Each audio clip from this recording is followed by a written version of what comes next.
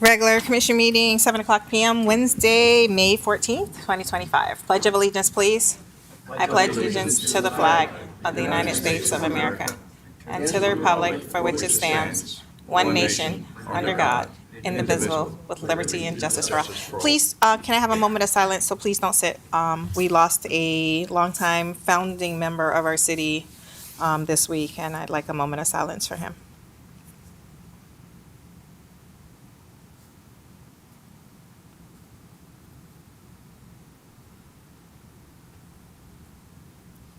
Thank you.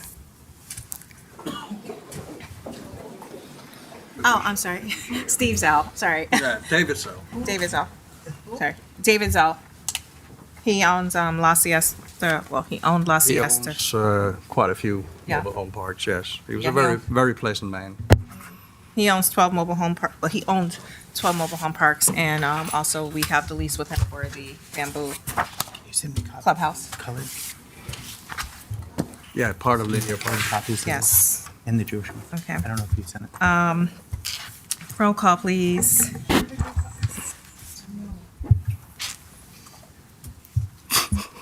Roll call. No. Okay. Roll call. Oh, It's sorry. okay. My apologies. It's okay. Commissioner Jacobs, Here. Acting Clerk Commissioner Kashem, Yes. Clerk Commissioner Hotchkiss. Here. Vice Mayor Morissette, Here. Mayor Mohammed. Here. You have a quorum. Thank you. With that, I'll take, are there any deletions or withdrawals to the agenda? Yes, I have an item I would like to add. Okay. This is a urgent item. I would call it an emergency item. Just for discussion, it won't be something that's voted on tonight. Okay. But it needs to be discussed here at this meeting. And we'll just call it the Broward School Board or Broward Public Schools. Okay. Broward Public School. Okay.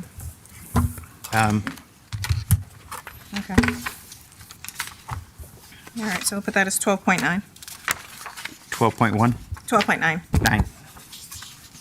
Okay. All right. I have a request for some changes, Mayor, in Okay. order. Okay. First request for change, Your Honor, would be that item number 10.1 be made the last item on the agenda. Okay. And in addition to that, the item concerning the mobile building be moved up to the top of the agenda. We have Mr. Linkus from our Parks Department who's going to be talking about that tonight. And I promised him, he's been working out in the sun all day long, and I'd get him back to his family. That item is number 12.2, which I'm asking to be moved up to the top of the agenda. You want it now or you want it after? We do it after the proclamations, but Mayor, if I may also add, item 12.1 has been pulled from the agenda. 12.1, you want what? Pulled. Pulled. Okay. And you want the companion as well? Wasn't there a companion to it? Or is that on- Not for 12.1. no.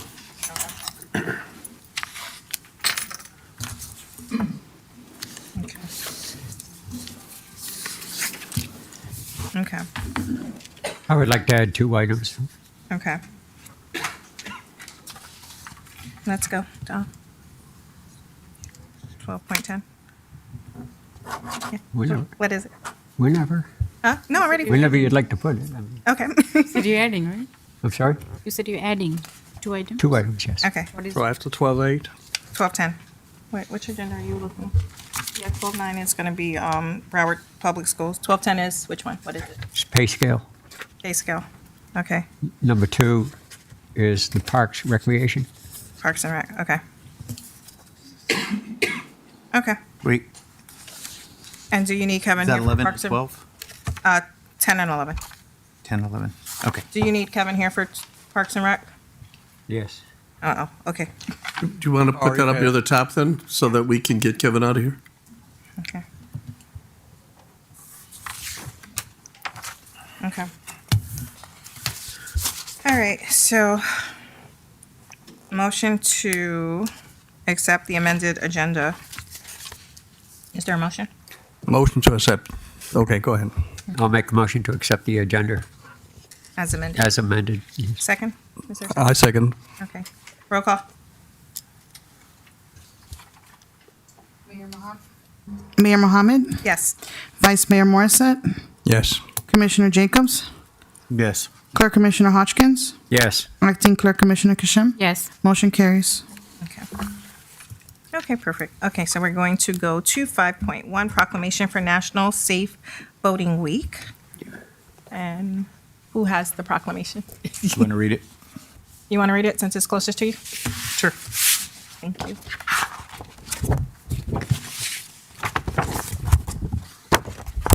Should I have pictures taken with these? You guys like to come up? The Town of Pembroke Park Proclamation. Just hang out right there and we'll come get a photo with you and hand this here.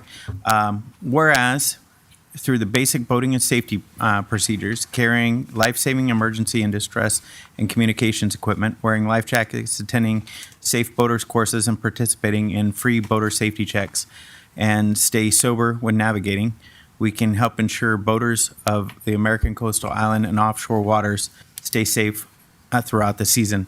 And whereas the National Boaters Week is observed to bring the attention and importance of life-saving tips and recreational boaters so they can have a safer and more fun experience while out on the water throughout the years. And whereas the average of 650 people die each year in boating-related incidents, and in the U.S., 75% of these are fatalities caused by drowning. Whereas the vast majority of these incidents are caused by human error or poor judgment, or not by the boat, the equipment, or environmental factors. Whereas a significant number of boaters who lose their lives by drowning each year would be alive today if they wore their life jackets. Now, therefore, we, Mayor Sher Mohammed, Vice Mayor Eric Morissette, Commissioner William Hodgkins, Acting Clerk Commissioner Mosfika Kashem, and myself, Commissioner Jeffrey Jacobs, by virtue of the authority vested in the Town of Pembroke Park, do hereby proclaim the week of May 17th, 2025 through May 23rd, 2025 as National Safe Boaters Week. As a Navy veteran myself, an avid boater, and a former law enforcement state trooper, I have the utmost respect for you guys and what you do out there. I will tell you, my 3 children go through the boater safety course every single year. My 15-year-old has his boater's license. My wife has his. And for me to have one, I carry one as well. So boater safety, especially down here in southern Florida, is key to this environment. And I thank you guys for what you do. Thank you.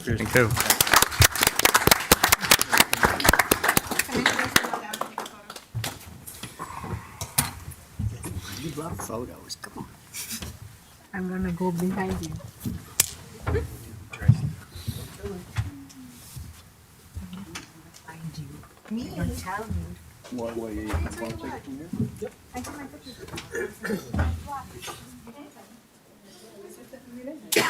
I told you I was going to take my pictures last.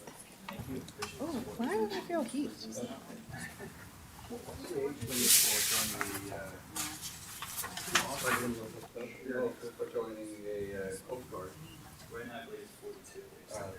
There's no limit for the auxiliary. Ah, okay, looking right here. And I'm gonna do a couple of the flash. It's very tricky with the cards.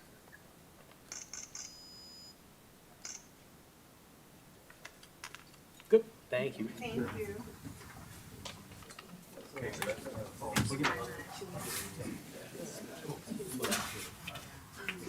The worst start thing?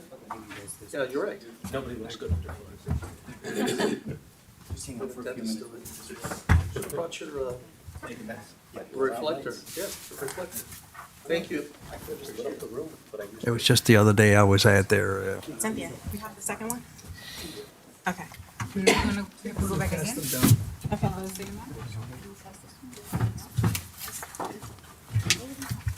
All right, take one and pass it down.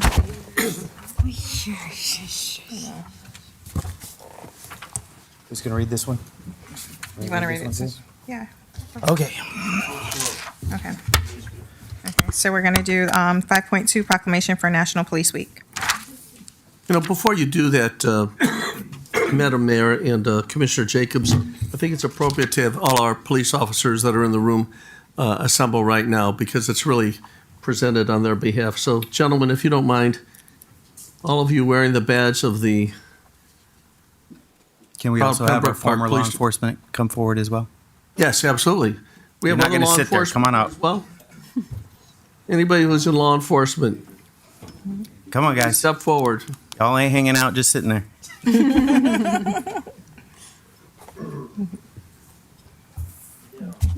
All right.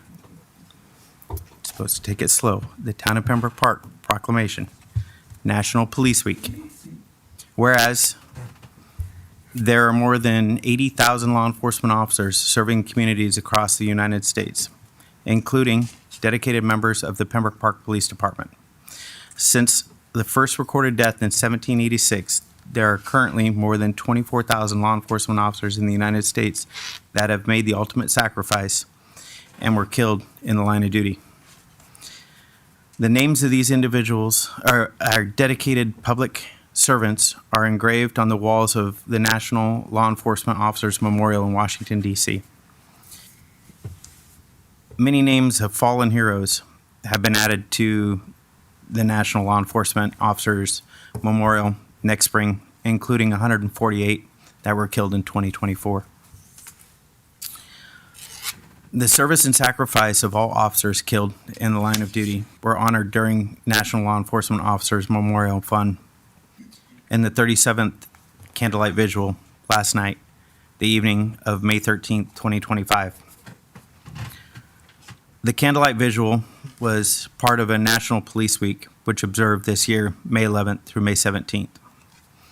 Whereas 15 designated as a Police Officer Memorial Day, May 15th is designated as Police Officer Memorial Day in honor of the fallen officers and their families, and U.S. flags should be flown at half-staff. Now, therefore, we, Mayor Sher Mohammed, Vice Mayor Eric Morset, Clerk Commissioner William Hodgkins, Acting Clerk Commissioner Mosfika Kishem, and myself, Commissioner Jeffrey Jacobs, by virtue of the authority vested by the Town of Pembroke Park, do hereby proclaim the week of May 11th through May 17th as National Police Week. Again, as a former state trooper myself, I appreciate everything that each and every one of you do. Sorry, I wasn't ready to read this because I lost a friend of mine who was a former law enforcement officer, and it's lost several friends in the line of duty, and it hits you every time. You know, I was going through a box yesterday and came across my black ribbon that I used to hold around my mace because we had to use it all too often. While I hope we never have to see another death in the line of duty, it's inevitable, unfortunately, and we appreciate everything you do on a daily basis. Thank you for your courage and dedication. Mayor, before Officers. we proceed with the actual handing over the presentation, could I have the floor for a moment? Yes. Madam Clerk, if you could put that photograph up on the screen. You guys would all turn around and take a look at the screen. This is the last law enforcement officer that was killed in the line of duty here in Florida. His name was William May. He was shot and killed while responding to a disturbance at the Dollar General Market in Defuniak Springs. Around 2 p.m., Deputy May arrived at the store, and after talking to the subject, he decided to escort the man out of the store and not arrest him. As soon as they exited the building, the man pulled out a gun and shot the deputy several times, and Deputy May returned fire, was able to call for backup. Deputy May was transported to North Okaloosa Medical Center with multiple gunshot wounds. One of the bullets went underneath his bulletproof vest and penetrated his torso, and he passed away 4 hours later. The suspect died at the scene. Deputy May was working an overtime shift and was on his way home when he voluntarily decided to accept the disturbance call. He had served with the Walton County Sheriff's Office for over 11 years, but the last 6 of which were as a law enforcement officer, survived by his wife, 4 children and parents. His mother and father retired from the Walton County Sheriff's Office. If you could, Madam Clerk, play that video if you would. You're going to see on your screen right now in just a moment. This is a little bit of the video from the candlelight vigil. That video was taken last night in Washington, D.C., where people across the country gather to honor these heroes. And every time the people standing in front of you go outside with that badge on, they become targets, and they don't know if they're coming home. And that's the reason for this resolution. We do an awful lot of important things here, but we don't do anything as important as what you do. So I add my voice to the choir saying thank you. That was it.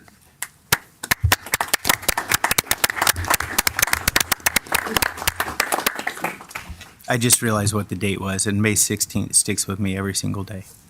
It comes around, and just by looking at this, it hit. So you guys all have been there. You've lost friends. Now, before any picture taken, we want you all to stay up here because we have an installation ceremony and an oath of office for someone who's willing to put on the badge for the Pembroke Park Police. And Mayor, it's time for you to do your duty. You want us all to come down and present? Yeah, we can. She's going to give the oath of office to a new officer, but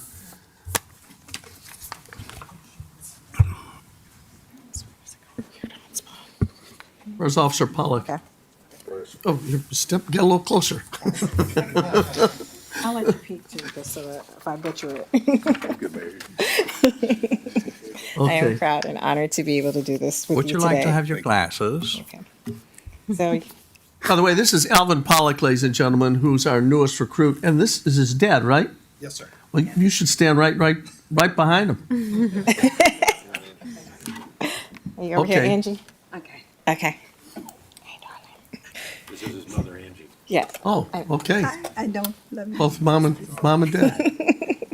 Okay, so I, Alvin Pollock, I, Alvin Pollock, do solemnly swear do solemnly swear that I will support, that I will support, protect, protect, and defend and defend the Constitution and government the Constitution and government of the United States of America of the United States of America and the state of Florida, and the state of Florida, and that I duly qualified to hold office and that I duly qualified to hold office under the Constitution of the state, under the Constitution of the state, and that I will well and faithfully and that I will well and faithfully perform the duties of Town of Pembroke Park Police Officer, perform the duties of the Town of Pembroke Park Police Department, on which I am now about to enter, so help me God.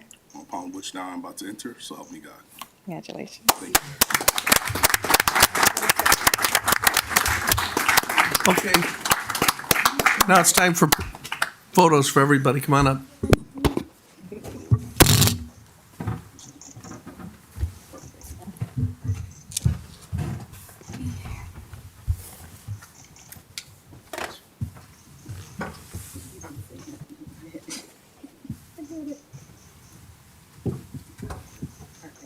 Congratulations.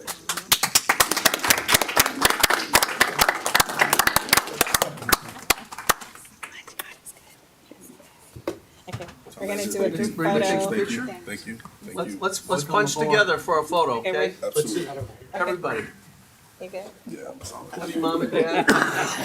One more thing else?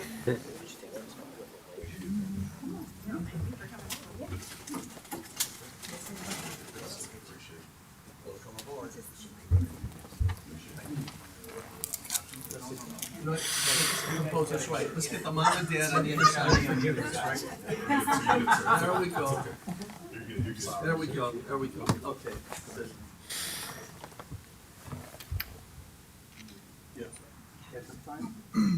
All right.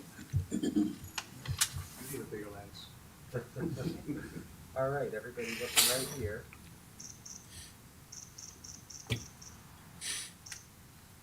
Wait, I still want one more. Don't think you're getting away. We gotta share search for you just so you know.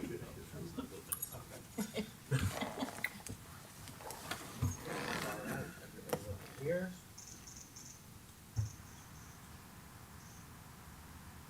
Thank you. Nice going.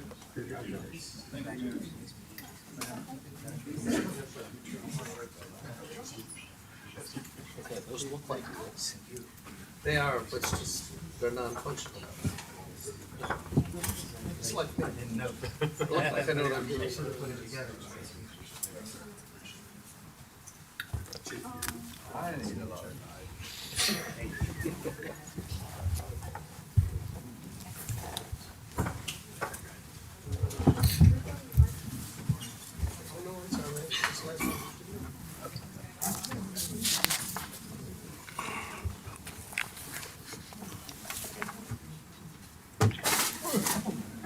Very good. Yeah, thanks, Aiden. That was nice of you. You need my key? You need my badge, don't you? Here. Aiden. Oh, is it open? Okay. Okay. Thank you. Okay.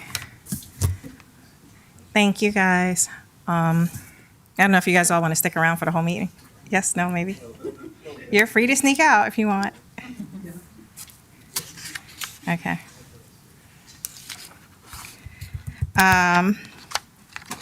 Get Kevin out of here first. What do you need? All right, still one from over here. Oh, any chairs? That's weird. Okay, so we're gonna skip to item 12.2, which is the consideration and approval of the purchase and installation of modular office buildings for public services.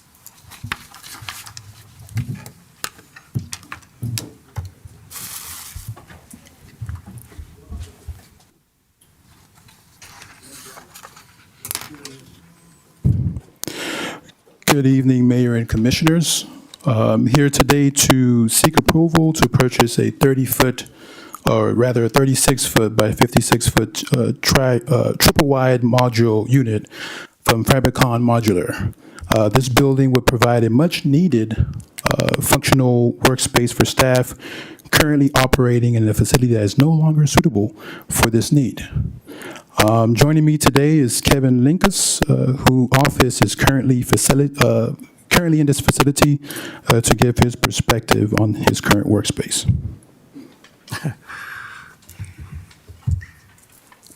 Well, thank you very much for having me. Like I said, my name's Kevin Linkus. I am the horticulturalist for the city, and I do work with the schools, different communities, and try to grow our community through gardening.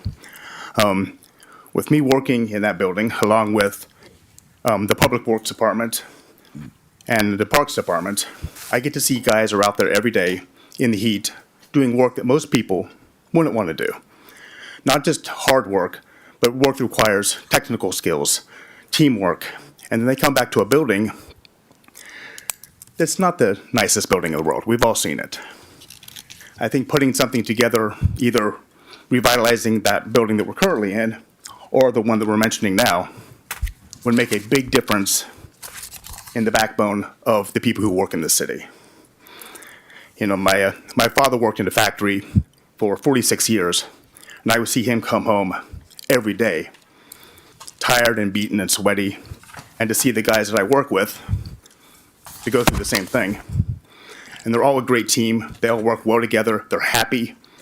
But to see them a little happier, a little cooler, and a little better taken care of, I think would really benefit not just them, but everyone in the city and this community. Yeah, have any questions? No. Okay. So I did ask some questions, and David is currently working on getting some answers to that, so. The diagrams, by the way, you talked about, Mayor, they are up on the screen, and they were prepared by Mr. Linkus himself. And the location of this is, there's an electrical drop, which is right adjacent to 52nd Avenue itself. And that provides us with a location. It's highlighted, if you look at the screen, on the far left. I believe that's the far left corner. Am I saying that right, Kevin? Yes. Okay. And as a result of that, there's access to the electricity and the water. And Kevin, can you offer any other comments about the ideal nature of that location? Well, I think it's great because it's so close to where they are every day anyway. I think us trying to revitalize the building we're currently in is going to be time consuming. and I don't know if it's going to make any difference in budget. This right here seems like a quicker and more responsive way for us to handle this. And it will get them to see that we're actually moving on a project. Like I said, this is close to 2,000 square feet, has 3 offices, has a conference room, has another office where 4 other desks can go in. And I just think this is going to give a much better work environment. Of course, I did the little layout of it, and everything's to scale because my degree's in engineering. Yeah, I just think it's going to be just beneficial. Like I said, There'll be showers in there, or? there'll be showers in there. Okay. Also, the one in the current building is almost done. So that is finally being resolved. Okay. Yeah, there'll be 1 shower, 2 restrooms, a room for IT, a public area, well, for them to eat, a little place for me to grow some herbs. I have my own space. And like I said, enough room for a big conference table, 4 different workstations, and 3 different offices. Okay. And that will bring us up to the compliance with OSHA. Yes, it would. Okay. As far as I know, yeah. Yes. Okay.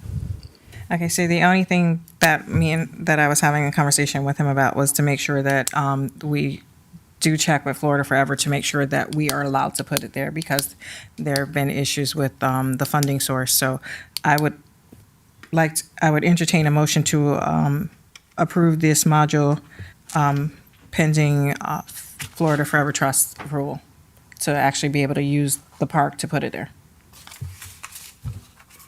So is there a motion? Motion to approve 12.2.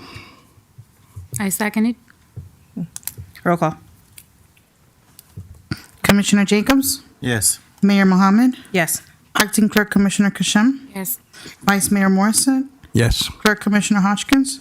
Yes. Motion carries. Okay. Kevin, will you see me later on, tomorrow, maybe? Yeah, absolutely. Okay. Yeah. 12.11 Parks and Rec, because Kevin has to leave. So Kevin, wait, because he said he needed you here still. And also, I'm going to hand these to you. These were some of the surveys that we got back for the parks. Yeah, Kevin, a lot of us up here don't really know you. You're kind of out of mind down in the park. You happen to be hanging out. I was questioning, I actually asked for your resume and took a look at it. I didn't see anything in there about horticulture or anything to do with it. No, I'm actually doing some studies now, and I've actually gardened my whole life. I'm a rain gardener, but I have a visual job as well. So you don't have any degrees or anything like that? You're Mr. Hodgkins, could you put your microphone on, I please? just wanted to clear that up because Bill, turn your microphone on. Thank you. I just wanted to Kevin. clear that up because I didn't have the answers. Thank you. Thanks, Kevin. Thank you, Kevin. Okay. So what do you have for Parks and Rec? That's it. That was it? Yeah. Oh. Okay. All right. Who else do I need to get out of here?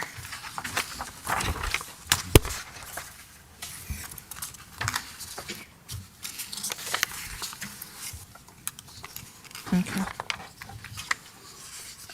Consent agenda. Does anyone have anything off the consent agenda they wish to pull?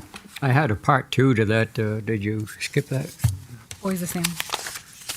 The pay scale? Yeah. Oh, I wasn't getting to that. I was getting Kevin out. Oh, okay. Because you said Kevin had to go. Okay. Y'all said Kevin had to go. Yeah, Is he part of the pay scale? He's gone, right? do you need it for the pay scale, Bill? I'm sorry? Do Did you need him for the pay scale? matter? No, that wasn't about him. Okay. Okay. Yeah. Okay.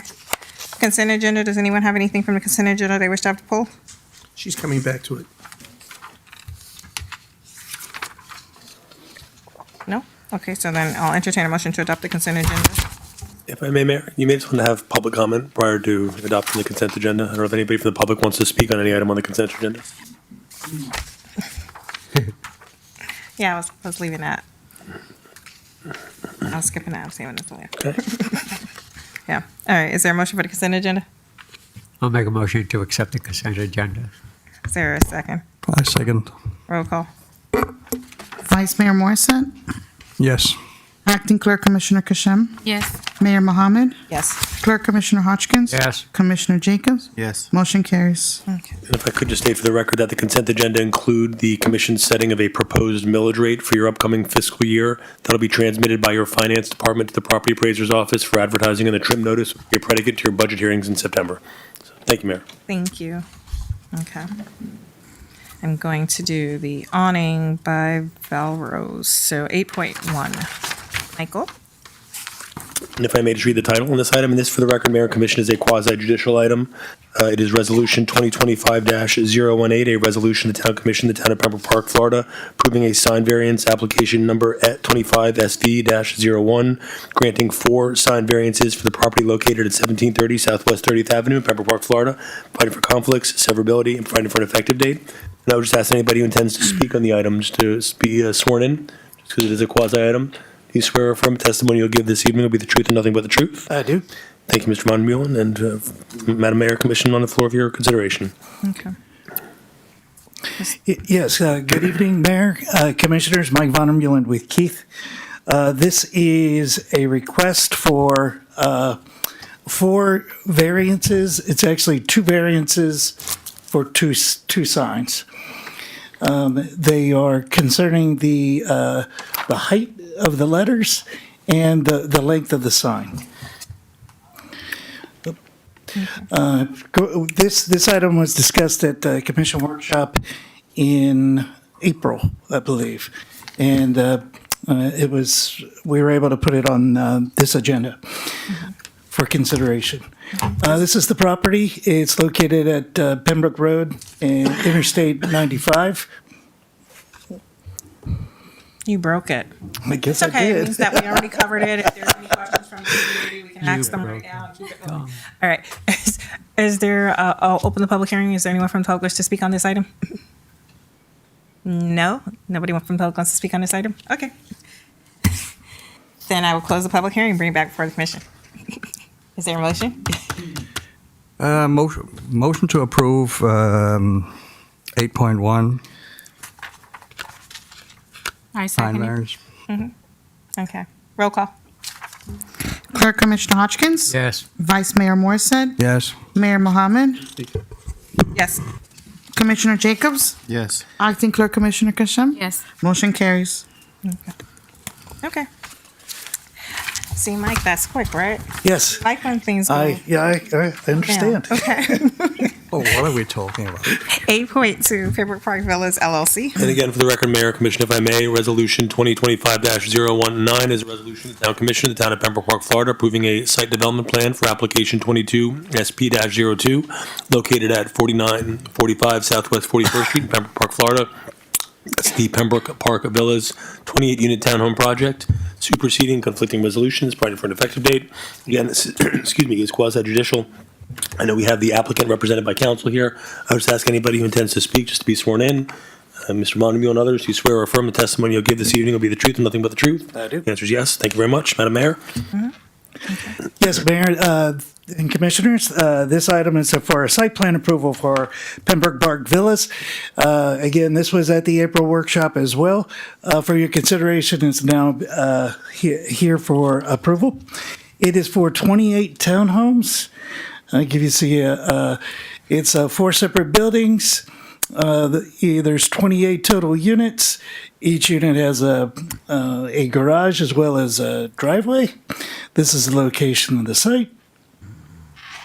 Here is the site plan and renderings of the proposed townhomes. Were you able to get the right of way for the second property? The first property we had it before when they did the single family home that they knocked down, but the second property, were you able to get the 28? I think it's like 28 feet of right of way. Correct. So there is adequate right of way that is dedicated along County Line Road. Yes. So you were able to get it from the developer. Yes. Okay, perfect. There were a lot of discussions going back and forth in terms of the sewer connection on this one. It has all been resolved. This went to the Planning and Zoning Board, recommended for approval in May 30th of 2024. It was also almost considered in June, but June of 2024. However, that's when the sewer connection issues arose and are now satisfied to the satisfaction of the Public Works Department. And staff also recommends approval of this site. Okay. All right. Does anyone from the public wish to speak on this matter? The applicant is here for the record. Okay. They're just here for questions. Applicant, are you okay with just approving? I have questions. Okay. Go ahead. How many EV chargers are they putting in? There are no proposed EV chargers, but I'm sure they're. I don't go on iSures, you know that. I go on understand. handshakes, I need it in writing. I understand. I'll bring the applicant up in terms of EV charging or availability of electric hookups in the garages. Can you come on up, please, and state your name for the record, please? EV charges on every development now, is that the case?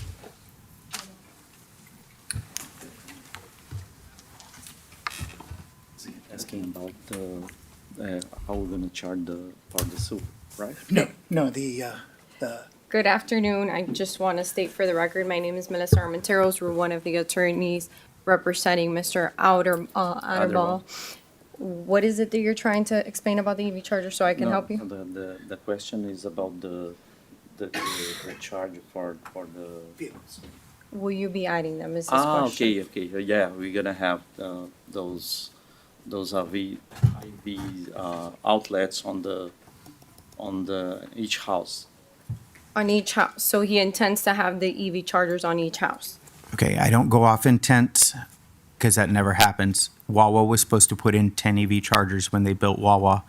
And thanks to our former building official, that didn't happen. They put in 0. So my question is, are you putting out EV chargers for the residents of the community? Will they have accessibility to 240 volt hookups, or what is required for those EV chargers in their garages? Yeah, I'll give you an example. Our PR guy has to go to the mall to charge his car because he can't charge his car at his own community. Yeah. We got to put a stop to that. Yeah, we're gonna install each house, will have they own outlets for the EV chargers. So the thing is, nowadays. Just pre-wired. Are they going to be pre-wired? Yeah, Where they buy their own unit and install their own unit, but they're going to Yeah. be pre-wired so they Yeah, can and just you- install one and not have to tear down the garage to put in an EV charger. yeah, you're gonna have on the system of each house, you're gonna have like 60 amperes or 60 amperes or until 80 amps each house. Where can I see this in writing that it's going to be there? Yeah, okay, we can. Commissioner, we can add that as a condition to the development order. Okay. We already have a list of conditions from staff. Yeah, and we would include that in the resolution as a condition of approval. Correct. So that each garage, either on the inside of the garage or outside of the garage, has the availability of each individual owner being able To save the embarrassment of future developers coming forward, I'm going to ask the same question when every single developer comes in. So it's a necessity now. Times have changed. So, Absolutely. I agree. Thank you. Thank you. Thank you. I'd like to see that as a condition in there. We will, again, if it's the intent of the commission, I'll have you make the motion with the modification in there. Is there anyone from the public wish to speak? If there's no one from the public wish to speak, then I'll close it, bring it back before the commission. Is there a motion to approve this wanna make the resolution with motion? modification of I'll having? make a motion to approve this with the modification. I second. Okay. Roll call. Acting Clerk Commissioner Kashem, Yes. Commissioner Jacobs, Yes. Clerk Commissioner Hodgkins. Yes. Vice Mayor Morissette, Yes. Mayor Mohammed. Yes. Motion carries. we will add that condition into the resolution of approval. Okay. Thank you, Meg. Thank you. Thank you. We can sign that. Is there anybody else I need to get out of here? I think everybody else is stuck for the long haul. Everybody else is stuck here for the long haul. I think. Okay. Okay. So, 12.3. Yeah, but Renisha, are you here for the long haul? Oh, okay. Just checking. Okay. 12.3, consideration and approval of $1,000 contribution to Feeding South Florida. That's fine. We've done it in the past. We used to do it every year. Yeah, this was generated, Your Honor, because of the fact that we received a notice from Feeding South Florida that the federal cutbacks are affecting them very significantly. So I Okay. hope that the commission can respond to this in a positive way. We used to give them money every year back in the day, so Right? we have a list of of nonprofits that we provide Sure. funding to. So do you want a motion for it since it's $1,000 within your spending authority, or does he need? I would like to have a motion. Anytime it's for a nonprofit, just as Okay. a matter of course, I feel better about writing the check if I have a motion behind it. Okay. Is there a motion? I motion to approve 12.3, $1,000 contribution to Feeding South Florida. I'll second. Okay. Roll call. Commissioner Jacobs? Yes. Clerk Commissioner Hodgkins? Yes. Vice Mayor Morissette? Yes. Acting Clerk Commissioner Kashem? Yes. Mayor Mohammed? Yes. Motion carries. Okay. 12.4, consideration of approval of interlocal agreement with Broward County for building inspection services. You want to discuss, or can I see if I'm ready to make a motion? However you want to proceed, Mayor, actually, why don't you stand up for a minute? This is our Emmanuel Abenogovi, and because his last name has been such a challenge, he has been nicknamed Obi-Wan. And he has been, like a monk, working at the books to translate the Bible from the Greek to Latin to some other language, just in his cubicle, trying to catch up with the tremendous backlog of building official approvals and inspections or permit issuance. And it's a Herculean task, to be honest with you. So he came to me, along with Jeff, who's also here from our building department, and asked, can I get some help to knock down this pile? And I said, sure. And he asked that we have an agreement with Broward County. I spoke earlier with the mayor about this. I'm comfortable if the motion were as it is written, but maybe with a brief amendment that indicates that we can also use outside firms in addition to the county. And the reason I bring that up is the sooner we get that pile down, the better. And these are not inspections for the purposes of code enforcement. These are inspections for the purposes of getting the permits in and issued. And so with that amendment, I would ask this commission to voice its approval of this item. So I'll entertain a motion to approve the town manager entering into interlocal agreement, giving him the authority to procure outside vendors as well. I'll make a motion to approve 12.4. I second. There, roll call. Thank you. Mayor Mohammed? Yes. Acting Clerk Commissioner Kashem? Yes. Vice Mayor Morissette? Yes. Clerk Commissioner Hodgkins? Yes. Commissioner Jacobs? Yes. Motion carries. Okay. 12.5, consideration and approval to participate in the Pembroke Park, West Park Small Business Resource Fair. Thank you, Madam Mayor. As you know, we've been trying to create a better outreach to all of our businesses around town, and that includes participation in various organizations. The Pembroke Park, West Park Small Business Resource Fair is an outgrowth of the Pembroke Park, West Park Chamber of Commerce. So we're going to be set up a table and a kiosk and participate with what we can do to help small businesses in town. So I hope that you'll approve it. I think that myself, probably rope the town clerk into helping me at the table. But we want to make sure that the businesses know we are there to help. To some extent, this is partially an outgrowth of the mayor's outreach to the different plazas around town with small business operators. And as you know, I'm in the process of interviewing for a business relations manager so that we can get our different organizations properly represented before this commission on the things that we need.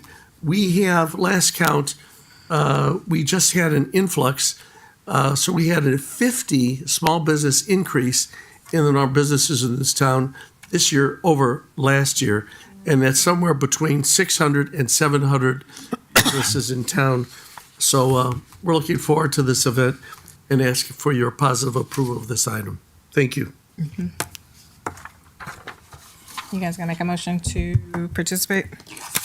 Yeah, I'll make a motion to approve 12.5, consideration approval to participate with Pembroke Park West Park Small Business Resource Fair. I second. Okay. And I'm gonna put a little discussion. You guys are gonna make some flyers up, right?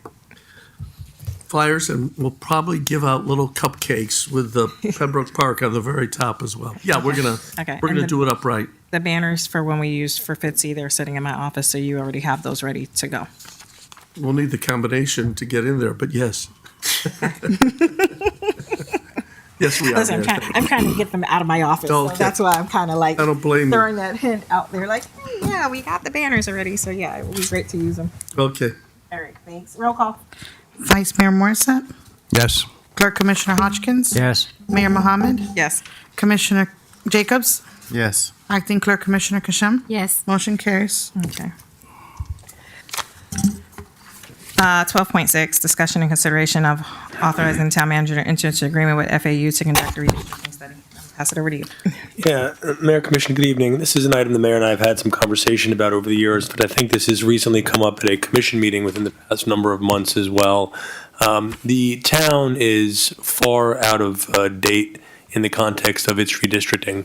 I don't know when the town last went through the redistricting process, but my understanding is it's been quite a few years, if not decades, since that exercise has occurred. There are certain state and federal requirements with regards to reapportionment of commission districts, both at the local, state, and federal level. There are certain legal requirements that are always considered when redistricting takes place. Generally, and many municipal charters, Broward County Charter and others, require the engagement of a four-year university or college to go through that process. They're generally apolitical. There are certain legal criteria that the universities take into account: geographic compactness, existing districts, future development, incumbent locations. There are a number of different considerations that all of the colleges and universities consider when they go through that process. Under our procurement code, there is an exception, an exclusion for engaging colleges and universities. Generally, I would, although it's not expressly stated, I would presume it's for a process such as this. Our charter is silent as it relates to redistricting.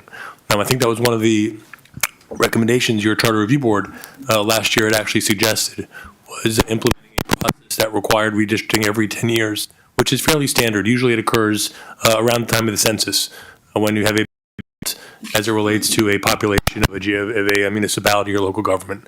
This would open the door to allow your manager to engage FAU, which is one of the institutions around that does this as a matter of routine.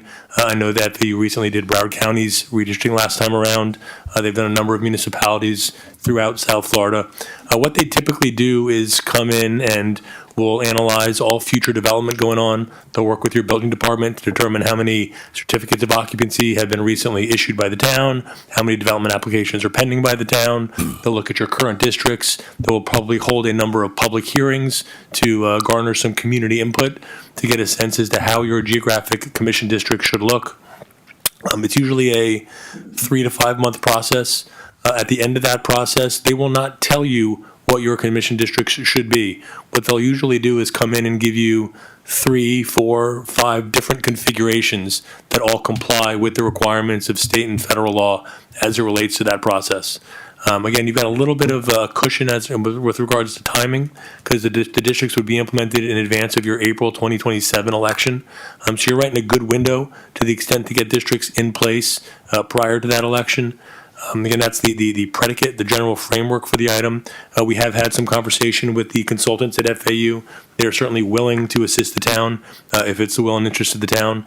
They have indicated that for a town the size of Pembroke Park, they would not expect the entire process to cost more than about $25,000. Although if the commission's willing, I'd suggest for a not-to-exceed amount of approximately $30,000, although they indicated that somewhere in the $23,000 to $25,000 range is what the town could expect the cost to be. I mean, happy to answer any questions. Sir, I thought I remember when I first came here that we had a school that actually did that for us. I don't remember the exact results of That I'm not aware of. Again, We did not, we never have, we've never had a study for redistricting. because I know something came up like that, because I remember saying what. the We brought school- it up last year, and You guys it was discussed left last with, year. we discussed last year, gave direction for Arlene to get it done with FIU, With FIU. and it didn't happen. Oh. So that's why I brought it back up again. and again, Been in conversation with the folks at FAU to get it done. I see. City manager, yeah, I mean, city and if- attorney. Yeah, and if it's the will of the commission, we're happy to pursue that option. And again, with the intent of probably getting the bulk of the work done during the commission's recess. So in the fall, you'd be able to start to review commission districts. Again, part of their process is they would hold a series of community meetings, usually one or two, depending on the size of the city. Again, I don't know what the expectation would be, but they'd have public meetings where your community would be invited. They would probably reach out to each member of the commission to get a sense for your personal expectations as it relates to commission districts, all operating within the confines of certain legal requirements. There is intent and interest and a intention to preserve the existing districts to the extent that it's viable, but again, accounting for future development and any pending certificates of occupancy and other applications. So they're going to do a study and they're going to tell us whether it's viable or not. Well, they'll do a couple things. First, they'll examine your current districts and tell you if redistricting is necessary. Oh, I They'll look at your current population, look at your current development and pending development applications, and let you know whether or not, in fact, you need to redistrict. All of your commission districts should be generally consistent as it relates to population, number of registered voters, geographic area. They try to stick to geographic boundaries, whether it's roadways, waterways, as it relates to dividing districts. There's an effort and intent to keep communities together. They don't want to divide communities into separate commission districts. They want to take into account where each of you reside. The intent is not to redistrict any member of the commission out of their current commission district. So there are a number of different considerations that they look at when they go through that process. Again, if it's the intent to move forward, they'll probably spend the better part of the summer doing that analysis, and when you reconvene in August or September or October, they'll make a public presentation to the commission, and if in fact there is a need to redistrict, they'll present you with options, usually 2 or 3 or 4 maps, and you can have input on those maps. To the extent that you want to see things differently, they're open to input from the commission, clearly, but they want to give you some options to consider just to ensure that your districts are all in alignment as it relates to your population. Okay, great. So is there a motion to authorize the town manager to enter into the agreement with FAU not to exceed 30,000? Make a motion as stated. Second. Roll call. Clerk Commissioner Hodgkins? Yes. Yes. Mayor Mohammed?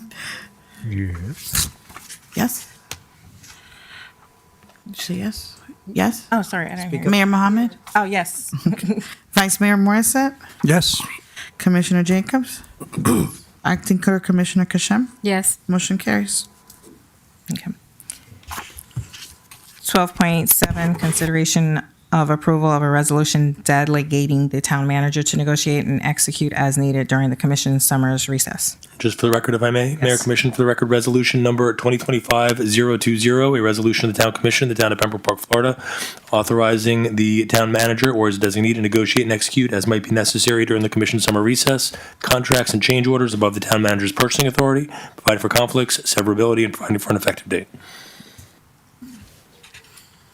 What's the date of the hiatus going to be? It is spelled out in the resolution. I believe it is tomorrow through August 5th, if I'm not mistaken. Sorry, I didn't look it up. My apologies. I'll tell you right now.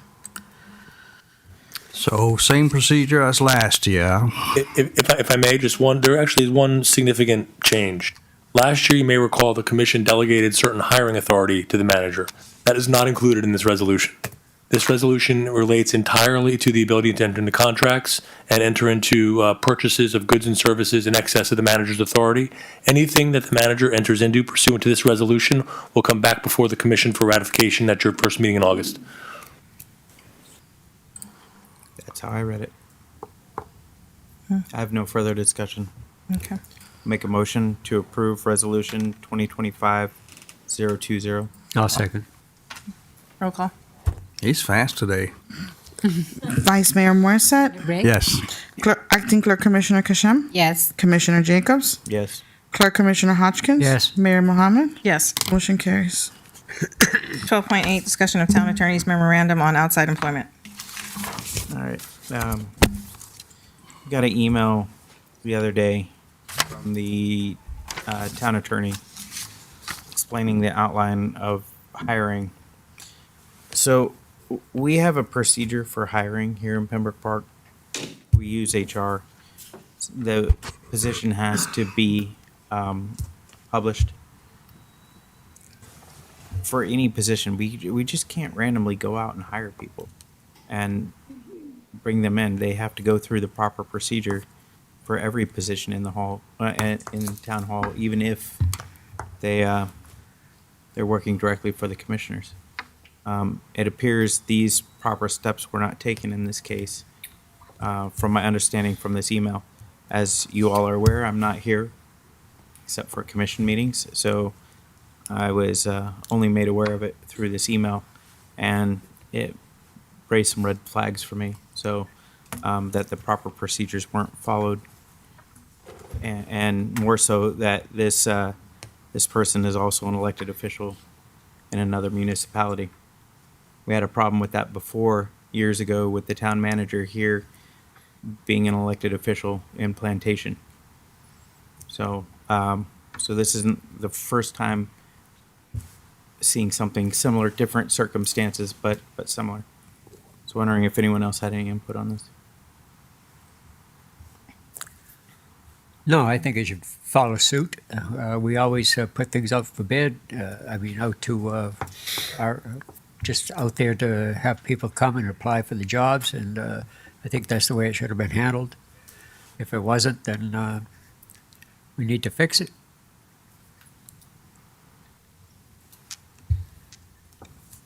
You want to say something, or you want me? No, I would only just offer, Mayor, is that there's a unique situation as it relates to this particular circumstance, given the fact that the person who was hired is an elected official in another municipality. There's a specific provision in state law in Chapter 112, which is the Florida Ethics Code, that relates to a public officer pursuing and obtaining employment in another public agency. This would not apply. There may be other HR issues that the commission's referring to as it relates to other positions, but this very specific and narrow issue is solely because the individual in question is an elected official in another municipality. So I'm also going to just read out an email that every commissioner received on April 11th from the city manager, which basically said that you are hereby empowered to hire a part-time person who will be paid $25 an hour, not to exceed 19 hours a week. This is your personal person, and you are not required to post this job as it is personal to you. Please forward your nominated persons to HR for some security screening and then for onboarding. They are at-will employees whose schedule you control. Everyone received a copy of that same email on April 11th. Correct. Yes, I understand the email that came in. The issue is this person's also an elected official, and under the Florida ethics, it changes the game. It's not. Well, HR was also made aware of it, and HR did not raise any red flags at the time. So this is an after the fact, with the fact that you've had two people who are clearly responsible for hiring of employees that knew, well, the HR knew at the time of hiring because she did send her resume in, as well as had to go through the onboarding process. And it was not raised at that time. The only time it was raised was during a conversation Friday. Yeah, and candidly, the only way I became aware is the mayor and I were having a conversation. I had met Ms. Guzman. I was not aware that she was an elected official in another municipality. She and I had some conversations. The mayor and I were speaking about a number of issues on Friday, and she just passing mentioned that fact, and all of a sudden it set off a red flag in my mind to raise the issue. All right, the bottom line is it legal or illegal? It is a violation of state law, the process that was filed. That should be the bottom line. Correct. Be it. And the process is being corrected as we speak. Okay, good. Okay. Is there any further discussion on this item? I have raised my concerns about the HR that we hired a long time ago. I don't think I need to restate the fact and hash this out all over again, but we do have a new in-house HR individual. So I believe things will be subject to change going forward. So we Yeah. don't end up in this situation again. Can I tag on that for a second, Mayor? Thank you. Yes. Yeah, in a brighter light, I'll just ask you to stand up. Our new HR director, Brad Frischman, is here, so welcome to the town of Pembroke. Don't let this happen under your watch. Thanks, Mayor. Yes, Brad is actually taking care of it. We've received 15 applicants so far today. Great. I've met with Brad. I think he impressed me, got me the information I needed immediately, and very happy with that. So we can follow the procedure, what the legal for advertising and then reopening the hiring, the process again, right? As long as we follow the process under state law, Oh. and you're talking about an advertised position, individual that's properly qualified, properly vetted, as with any other applicant, then I would agree with you, Commissioner, We can yes. fix it, that's way. It is a curable issue, and it's not the first time it's happened in Broward County. Okay. So you gonna advertise that one first, right? Already did. Oh, okay. Yeah, we have 15 applicants already today. Well, that's the one you're telling me. Okay. So it's been cured already. We're in the Okay. process of working through it, and everybody's been working, and Bradley's been diligent on this, putting together a revised job description, putting it out there, and vetting the applicant. So he's on point. He's doing a great job so far. Thank you, and Thank welcome you. aboard. And sorry to have thrown you into the trenches on your first week. 12.9, discussion Broward Public Schools. All right. Anyone aware what the school board's done, what they voted on? All right, the school board, the Broward School Board voted to rescind universal free lunches for all the public schools in Broward County. This is horrible, absolutely horrible, because some of these kids, the only good meal they get is at their school lunch. Sometimes it's the only meal they get for the day. When COVID occurred, there was grant money that came out, and that money went to fund these lunches. That money's ran out. Looking at double wides for rent, double wides. We're not talking homes. We're not talking, big fancy apartments. For a 3-bedroom double wide here in Pembroke Park, you're looking at $3,500 to $4,000 a month. Our community, 36% is below the poverty line. I'm sure it's more now. The cost of living in Broward County isn't affordable. To make it even worse and add more salt in the wound, they decided to raise school lunches by $1 per meal. So I've taken some time. I've reached out to both Watkins Elementary and Lake Forest, which are our two elementary schools. Doing the basic math at $3 a meal, it comes out to $520,020 to fund those lunches and those meals for students in our town. Back to the old rate, it's $260,010. I'm trying to remember, I believe it's Appetites is one of our commercial kitchens here in town that actually does school lunches. I would like to see if we can work a private-public partnership. If the school board's not going to take care of our children, someone's got to. And I believe it falls on us as commissioners to serve our district and take care of our own. In this case, it's somewhere between $260,000 and $510,000 to fully fund the food for these two elementary schools. It's all we have in our town. It's all where we can take care of and go forward. I think the school board missed the mark and is failing our students here. But I think we as commissioners need to step up and do what is right for our community. I think we need to see if we can work with Appetites or someone similar, come up with a reasonable solution. Here's the point. School ends next month and it starts again in August. So it's very limited amount of time for this to happen.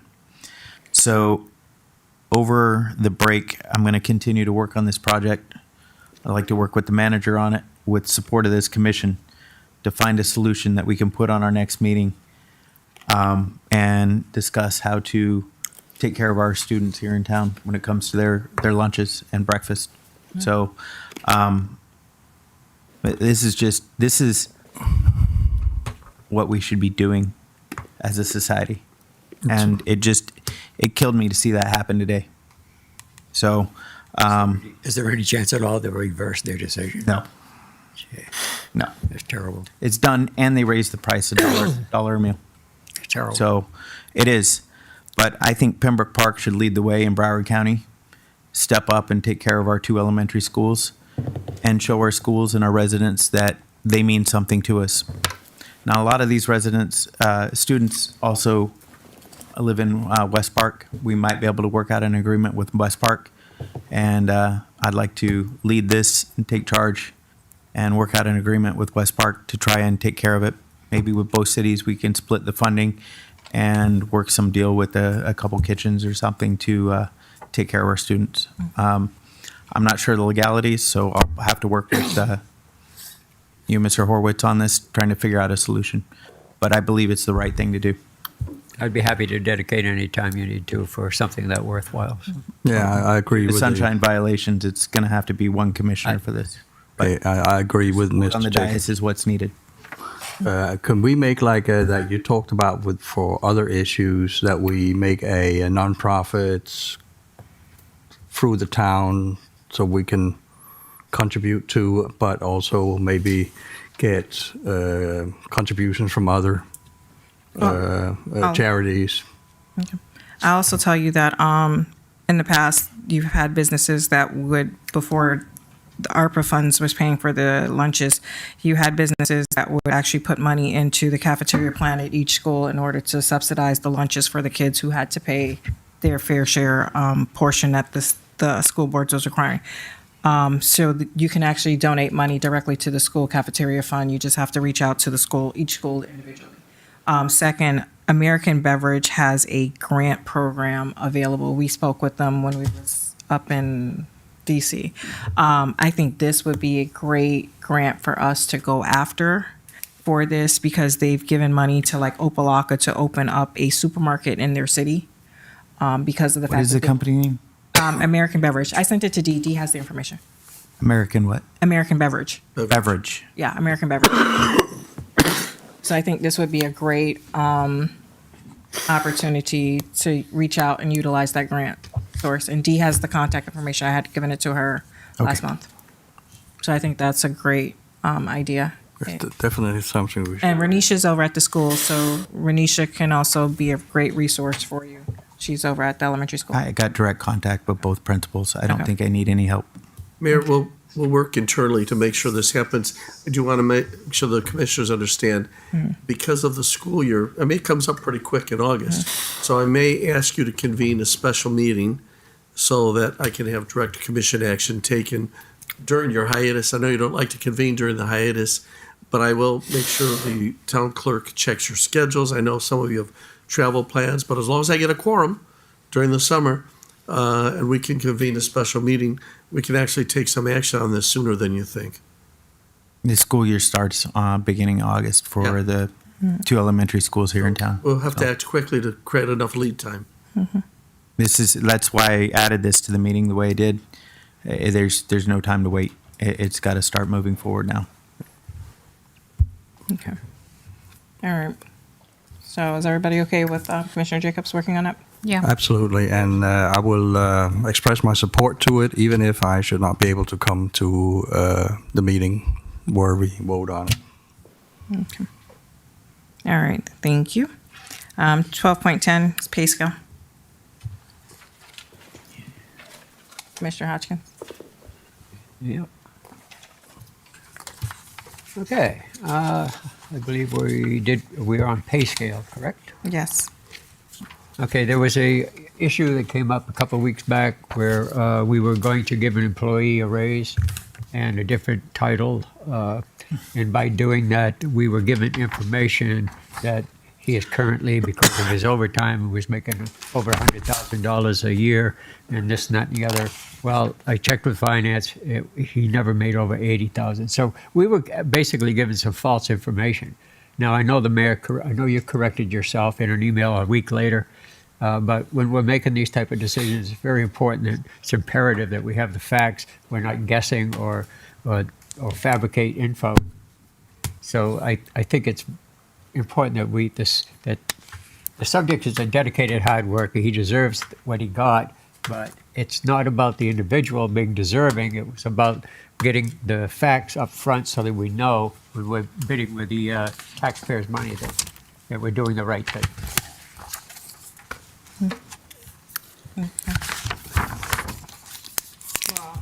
Well, I think moving forward, we'll make sure that, staff will make sure that when they give us the information, they'll vet it first. So that way we're Yeah, I would appreciate not it. giving, I think that should be just a no-brainer. yeah. Okay. Public comments related to agenda items? I had part two. Oh, sorry, okay. Sorry. Okay.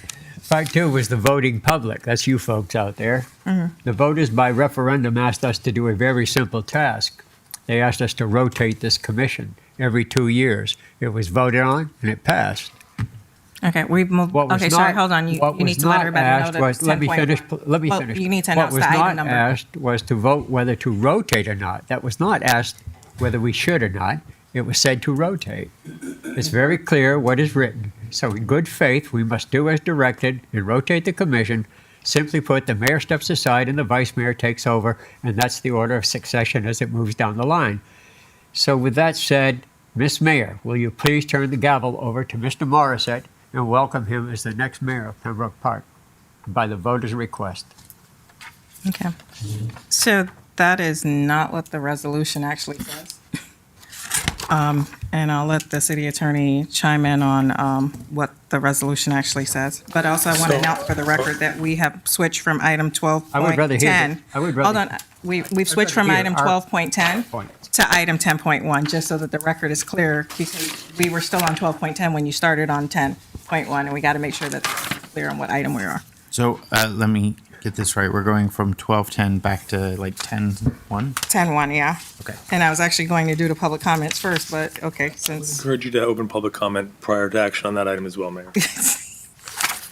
I tried, I was going to, but Okay. yeah. All right, so item 6.0, public comments related to agenda items, good and welfare. Renisha, I know you wanted to come down.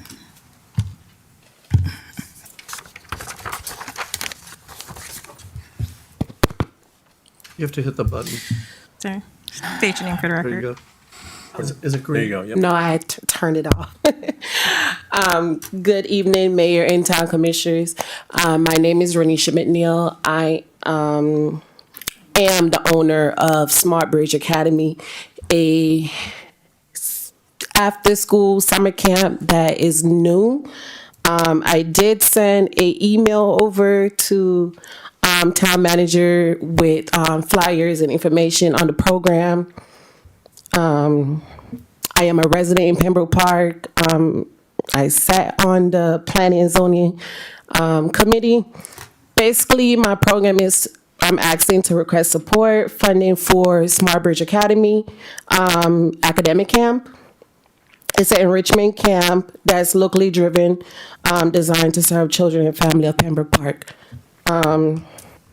As a former fourth grade educator at Lake Forest Elementary, and a recent master's level social worker graduate, I've witnessed firsthand the challenges many youth face during out of school months, especially in underserved community. Without structured academic and emotional support during the summer, students often experience significant learning loss and increase vulnerable to negative environmental factors. Some facts or stats that I do want to present to the committee is the reading loss that students usually experience. About 20 to 30% of students Excuse me. bless you, of the school year usually lose 20 to 30% of school year gains in reading over the summer. For math, we have about 2 months that students lose in the summer, significantly because they're not being exposed to enrichment over the summer. School stop, but the parents still work. So my program is basically to have students within this community to come in while still doing reading and math enrichment.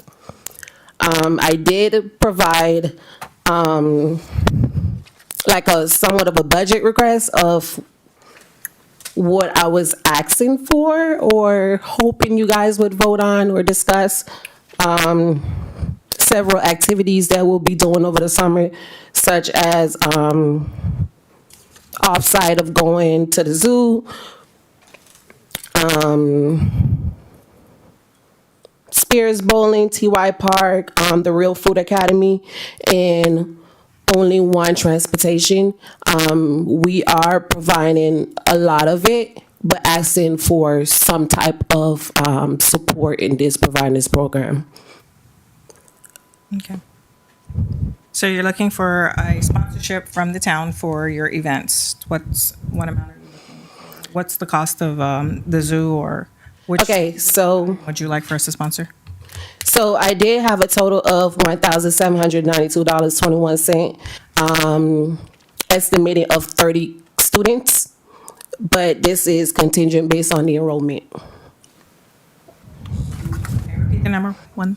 $1,792.21. Okay. And that's for the zoo, or is that for? This is for Work through over the summer. I'll write a check. for activity for the student and one of the transportation to that activity. 4 activities and 1 transport. Yes. Okay. So who's in the remix? Okay.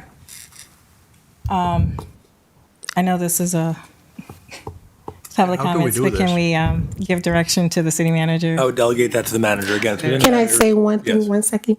I would say that even though I did say 1,700, and that I am not saying that you have to fund my whole camp or fund all my activities. This was just examples of the trips that we had planned. Okay. I wouldn't be opposed to giving you an amount, $2,000 to cover food as well for your kids.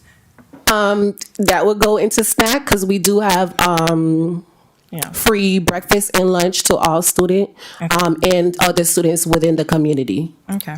I wouldn't be opposed to that. Yeah, I just, An agreement to, How do we do it? And I just conferred with the town attorney. He's indicated I have discretionary authority that will allow me to do that without a commission vote, so consider it done. I do need you to call me tomorrow morning so we can get some paperwork together.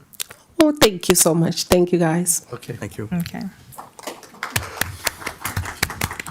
I'm just passing a flyer because we have counselors and trainings too. Thank you. Okay, perfect. Okay. Thank you. All right. So Thank you. we look forward to seeing many things with you. Thank you. All right, thank you. Okay. Are there any other public comments related to agenda items or good and welfare of the city? Nope. Okay. Now we'll go to what you said, which was last, which was item number 10.1. And All right, so leaving it for you to explain the charter. So a couple observations, and again, for the record, this is framed as a motion to reconsider. I'll offer a little predicate, but in order to get to a different conclusion, is going to require a couple procedural steps. Clerk Commissioner Hodgkins and I met after the last commission meeting to discuss this item, and he raised some of his concerns with me. And candidly, I've spent about the past 4 weeks, giving this item a lot of thought as it relates to the ordinance that was adopted by the commission, the item that was on the ballot in November, the action taken by the commission. A couple observations, if I could. First of all, I think Commissioner Hodgkins is absolutely correct, and I agree with him on a large part. First of all, the ordinance references a rotation, no question about it. the charter language requires an election every April in odd numbered years. And you had that discussion at your last meeting in April pursuant to the charter section. At that time, the commission made 3 attempts to rotate your commission, rotate the officers on the commission. 2 of those items failed by way of motion. The third did not get a second. And the commission then ultimately made the same decision to reappoint the current slate of officers for the commission. A rotation can mean a lot of things. All right, you got 5 different positions on this commission. You got a commissioner, a clerk commissioner, an acting clerk commissioner, a vice mayor, and a mayor. It could mean rotating one of those positions. It could mean rotating all of those positions. Your charter does not provide for a succession from a vice mayor to a mayor with the exception of the mayor's absence or the mayor's disability. The resolution actually says to rotate the mayor, the vice mayor, and it goes on and on and on. Commissioner, I agree with you.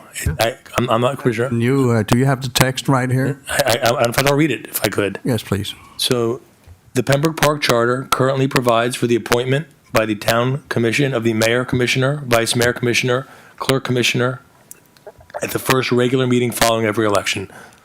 Shall the charter be amended, and this was a question, to provide for the appointment by the town commission and rotation of the mayor commissioner, vice mayor commissioner, clerk commissioner, and acting clerk commissioner every 2 years? That was the language that was on the ballot. That was the language that your voters voted and supported. And I don't have any question or doubt that it was the intent of the electorate to provide for that rotation. And no matter how I perceive that, regardless of which way the rotation, it just seems that the mayor cannot be the mayor. The intent of the item, Commissioner, I agree, was to provide for a rotation of your commission officers. I don't disagree with that at all. Right? Under Florida law, and there's endless case law to this effect, this commission is charged with interpreting its charter. Right? You all need to vote and make a decision as to who is going to be the mayor of the town of Pembroke Park. I don't have a dog in the fight. The town manager doesn't have a dog in the fight.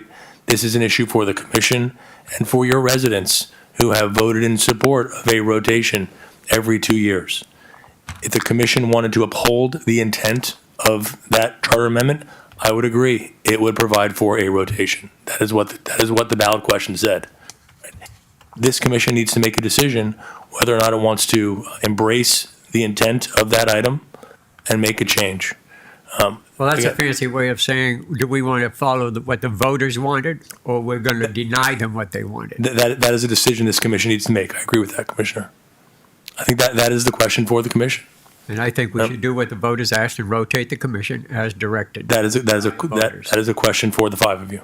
That is what the question that was presented to your electorate asked for. Rotation. Sorry, may I interrupt? Please. Rotation does not say titles. So there's no hierarchy of positions. There are 5 Well, we have a hierarchy Hold on. up here. No, there is not. Oh, There we are all 5 equal. equal We actually commissioners do. of 5 equal power. Everyone has 20% authority per the town charter. The mayor does run the town meetings. Couple other observations. I'm sorry if you're finished, Commissioner. Couple other just observations as I've sort of struggled with this issue over the past couple weeks. Unlike every other city in Broward County and most cities in the state of Florida, Pembroke Park does not have staggered terms. So every 4 years, this commission is up for re-election. So under the scenario where you're voting for new officers every 2 years, only 2 members of the commission will have the ability to serve, presumably as the mayor or the vice mayor or in any of these positions.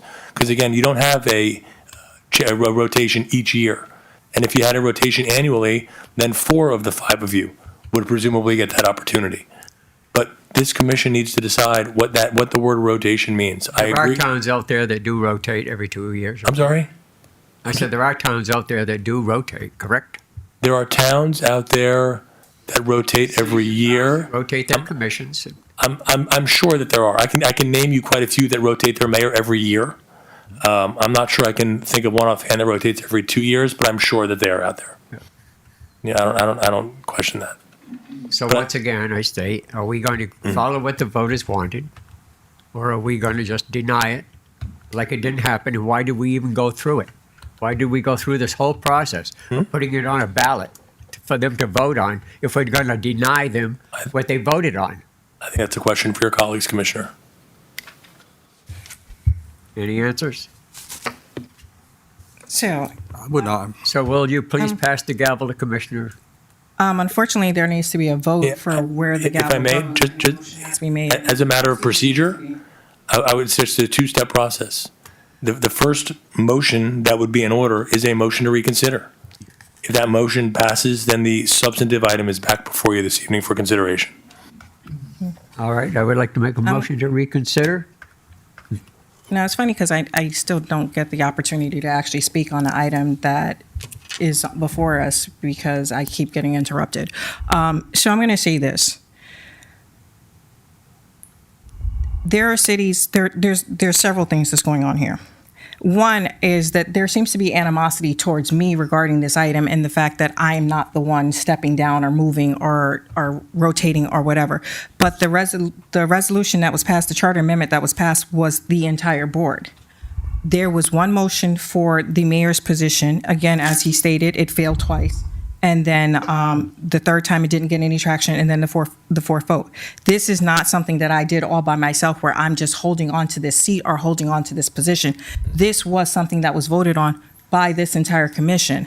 It does not say that you must rotate every single 2 years. It says you may. You have the option of rotating. It's something that's done up here on this dais.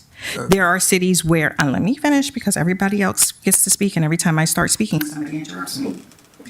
You have cities where, Deerfield Beach, for instance, I believe is one of them, where she sat there the mayor sat there, even though there is a rotation, but they've selected and appointed that mayor several times, even though there is a rotation in there. That is something, again, for this board to decide. There is not anything compelling any of these commissioners to sit here and say that it must be one person over another. It must be you who hold the position. That's something that this commission has to decide who has the qualifications to hold the positions and who wants to hold those positions based on their own personal beliefs and feelings. Well, you had a motion on the table for Commissioner Kashem, and Commissioner Kashem said she didn't want it. No, can I Go ahead. interject? When you're saying about experience, et cetera, right? Experience, et cetera. What wasn't the initial object of this whole charade was to get people to have the experience? Wasn't that what we all voted on? Every one of us up here voted on, say, yes, it's a good idea for other people to have experience of what the mayor's situation is, all the pressures that she goes through or whatever, he or she. And we voted on it, all of us. Every single one of us voted on it and approved it. And we put it out to a referendum for the people, and they voted on it. They approved it. And now you're saying, Oh, who's saying that? You? Who made the motion? Yeah. Wait, I'm sorry. No. Clarification. I'm saying. Could you please tell me who made the motion? Clerk Commissioner Hodgkins, but it hasn't been seconded. No, who made the motion for me to be mayor? Oh, give me 1 second. Last April. I'll tell you right now. Please tell me who made the motion, because I know I didn't make the motion for myself. But the fact that there's so much animosity on this dais. Doesn't have anything to do with you. It has to do with But you're yelling at me. Okay, but again, everything that comes before this commission has to be voted on. Whether we agree to something, whether we don't agree to something, that's our right to choose what we choose to vote for and who we choose to vote for. That's not something that can be forced. And unfortunately, there was a vote. There was a vote. There was a vote four times. There was a vote by the people of this town. But there was a vote 4 times on this dais as well. Commission. It doesn't say to vote on rotate the commission. It says to rotate the commission, period. Okay, and guess what? Okay, was Commissioner Jacobs motioned to be mayor? I don't know. I'm still a commissioner of nothing. Okay, so what happened to that? What happened to that motion? If it's a rotation, then why was he not even considered before it came back to me? Rotate the commission. I'll be the commissioner. I don't care. I'm just saying that we need to do what people ask. Vote on the reconsideration. So the answer to your question is Clerk Commissioner. I'll tell you all the actions. The first action was Vice Mayor Morrison made a motion to nominate Clerk Commissioner Hodgkins as mayor. He seconded the motion. It failed. The second action was Commissioner Hodgkins nominated Vice Mayor Morrison as mayor. Vice Mayor seconded. It failed. Vice Mayor made a motion to nominate Commissioner Kashem. She did not accept the nomination. Then the fourth action was to nominate the mayor as the mayor. and it was seconded by Vice Mayor, and it passed 4-1. Okay. May I ask the town attorney, could you remind me, did it say must or may rotate? The language this is the question that was presented to your voters. Yes. Shall the be amended to provide for the appointment by the town commission and rotation of the mayor commissioner, vice mayor commissioner, clerk commissioner, and acting clerk commissioner every 2 years? Okay. And if I may, just as a matter of procedure, you have a motion to reconsider. It would be in order to have a second and a vote on the reconsideration in order to get the item before you this evening. And I'm looking for a motion to reconsider. I can second that, but I would like to make a comment here that is, I am not going to be the commissioner that does not do what the voters instruct me to do.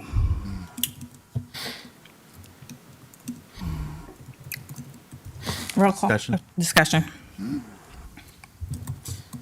Okay. So I feel like I'm put in a predicament here. Over the last 2 years, I've voiced my concerns about the mayor and her being the mayor, and I'm not going to hash that out again. You can watch the videos and see what I've said in the past. I also have 3 nescient commissioners up here who have been here, 1 for 4 years, 2 for 2 years. Why don't you want me to put it over there? And I have a hard time with thinking either of the 3 can lead this town to where we're at, to get this place out of the gutter it's fallen back into. The other side of that is I took an oath to always work in the best interest of the residents of Pembroke Park, especially District 3. In that oath, I need to uphold what the voters want. And at the last election, we did put forward that we will rotate seats every 2 years. I believe there was roughly around 700 and some votes for that, and it approved. It was a lot. So the residents want the seats rotated. And I have to stand by the residents and what they said. But at the same time, I have a really hard time putting anyone in any position that can't answer the basic questions of the operation of the town. Especially when we've invested roughly $208,000 in Clerk Commissioner Hodgins and $104,000 in Commissioner Kishem. And He's talking over 4 years. over a 4-year period, yes, we had 4 years elected. 2 years for Commissioner Kishem and another $104,000 in Vice Mayor We're the Morissette. lowest paid people in the town. There's no We're not secret. actually, but that's taxpayer funds. And it's really hard to see wasteful money wastefully spent. So that's all I got to say on this. The voters wanted it. Yes, I believe we should do it. That's what the voters wanted. So I'm for a motion to reconsider. I just don't know what it's going to be. May I? We're in discussion. Yeah. Well, they're still having discussion. Yeah. May I have the word? Yes. Okay. The idea with the rotation, as I believe it, is to give any of the commissioners that haven't been a mayor before the opportunity to learn. We can call it a trade, and the voters, I believe, also understood it that way. Nobody comes in and just knows everything. And after the election, I had the most votes, but I declined to be the mayor, which is tradition here in this town, because I had no experience at that time. I believe that all the commissioners here have to go through the process of being a mayor. Should they also be re-elected at the next time, then of course my two colleagues here should have a chance of learning and represent the people. I know that they may not know everything. Nobody does, and mistakes are being made by all commissioners and staff. But you're not learning if you're not doing, and that's my take on it. Here, I would just ask you to call the question on the reconsideration motion. Yep. Roll call. Clerk Commissioner Hodgkins, Yes. Mayor Mohammed, No. Commissioner Jacobs, Yes. Acting Clerk Commissioner Kashem, No. Vice Mayor Morissette. Yes. Motion carries. So again, for the record, the item is now before you. The item is back before the commission for further action. That would be the resolution that was adopted at the last commission meeting. So again, you have 5 positions on this commission you need to fill, and if the intent, as Commissioner Hodgkins has outlined, Commissioner Jacobs and Commissioner Morissette has outlined, is to provide for a clear rotation, then you would need somebody other than Mayor Mohammed inserted as the mayor of Pembroke Park. And again, you would also need to address the vice mayor, acting clerk commissioner, and commissioner. I'm going to ask the question. Am I precluded from serving on any specific leadership position? I don't believe that you are, but again, I think that's a question for your colleagues. I would not interpret the charter that way. So just to clarify, I am precluded from serving as mayor for a second term. That is how the commission is interpreting the charter. Okay. Is that to be understood that if another election, and let's say everybody here gets reelected, that process keeps going? Well, again, so those who have been mayor have to appoint those candidates who have not been mayor. These are the decisions that the commission needs to make. Again, it requires, as we've said, a rotation. There are cities, and I can give you one example, Pembroke Pines, for instance. Their mayor is elected at large, but their vice mayor rotates every year. They have an ordinance in that city that provides for a cycle. So they know come every, I believe it's March, who is going to be the vice mayor for the upcoming year. There's not even, I don't even think they have a vote. The incoming vice mayor simply steps in District 2, District 3, District 4, based on an ordinance that just provides for a cycle taking effect at the first meeting of every month. In order to address some of the uncertainty, I would suggest an ordinance that actually embraces a rotation. You could have an ordinance that implements a charter provision. Again, we can work on that over the summer, bring it back in the fall for the commission to consider. So there would not be any need for future discussion. It would simply be codified in your code that each April of odd-numbered years, District 2 commissioner becomes the mayor, followed by District 3, followed by District 4. Again, the challenge is because you don't have staggered terms, and because every 4 years, the entire commission turns over. In any 4-year term, 2 members of the commission will have the opportunity to serve as mayor and as vice mayor and as each of the other positions.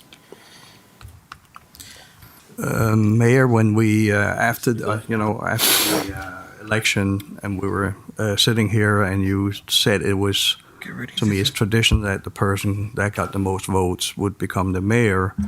But that's not in our charter. That's not in our charter. I've never said that. No, I'm asking it. That's not in our charter, is it? No. There is one city. Me, if I wanted to be mayor after the election, and I declined because I had no experience, and pointed to you because you have experience. There is a city, again, it is not in your charter, but there is a city in Broward County, Dania Beach, where whatever candidate in their race gets the most votes automatically becomes the mayor. That's what their charter provides. That is not what your charter provides. Okay. So where did that come from? That was a Marlene thing. That was not a me thing. So, I'll tell you here in the past, the commissioners always voted for the positions. They've always voted who would be the mayor, who would be the vice mayor. With when Howard was the vice mayor when I left in 2020, Howard did not become the mayor. Commissioner Jacobs became the mayor. So this is something that really is a policy decision that we have to set on what we would like to see. And again, I'm sorry to interrupt you, Mayor. I would recommend either by ordinance or resolution codifying that policy in the future, just to address this issue moving forward. You don't have that luxury this evening. No. But moving forward, No, it is something we should And then the funny- work on in the future. Yeah, and then the funny thing about the whole conversation that we're having right now is the Charter Review Committee wanted to go in a completely different direction, and this was not what the Charter Review Committee had actually asked for. And we had the Charter Review members here at that time, when they said that they wanted something different. Yeah, we decided not to follow that recommendation by the Charter Review Committee. We didn't accept the entire bit of the charter review.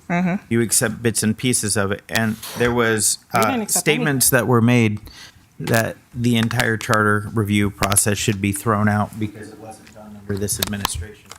But the charter review process was independent from the commission. I showed up at one of the hearings just to introduce myself so everyone there knew who I was.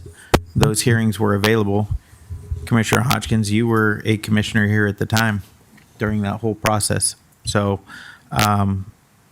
it was handled by town staff, and I didn't agree with everything in that charter review. There were some things that we needed to address, but our charter is extremely outdated. It needs a complete overhaul. And as we discussed earlier, that we were going to have the now former assistant manager take care of that over the summer and look into alternates. I believe we need to still go with that direction that the commission set forth for the town earlier. We just have to find someone else to do it. So well, you still, again, not that was to- a study that we requested earlier. Yeah, I remember. You have the work product of your Charter Review Commission. There is still a recommended charter, and they actually recommended an entirely updated, recodified charter. It was an updated document from top to bottom. It was not a piecemeal amendment. They recommended a new charter. They recommended a change in your form of government. I mean, it was significant changes to the town of Pembroke Park. Again, that's certainly something the commission has the ability to consider in the future. You got one objective here this evening, which is appointing a mayor and other officers. Now, you could, again, as you did a month ago by motion, identify each position and establish a slate that would be then embraced in the resolution, or you could take each position piecemeal. It's entirely up to the will of the commission. Can we set up a special meeting for the commission where we go through the charter review and their suggestions, and then whatever changes we like to see, that we work them over and put this out for a referendum? Now timing-wise, Mr. Vice Mayor, presumably you would be looking at the March 2027 election. Yeah. So you've got a little bit of time, but I would certainly recommend the exercise. I mean, my office came in, I think, during the last 4 or 5 months of the Charter Review Board's work. They'd been in session for almost 2 years, so we caught the very tail end, but we began to put pen to paper and help them bring some of their ideas together. We were not involved with their meetings with staff and their, the input that they got all along the way, but we did have a role in sort of helping craft some of the final language that was recommended to the commission. That's all certainly fair and available for the commission to reconsider in the event that the commission wanted to go back and revisit some of those recommendations. Timing-wise, you really have most of calendar year 2026 to have that conversation, assuming you're targeting the 2027 election, or I guess you could also target the November 2026 election.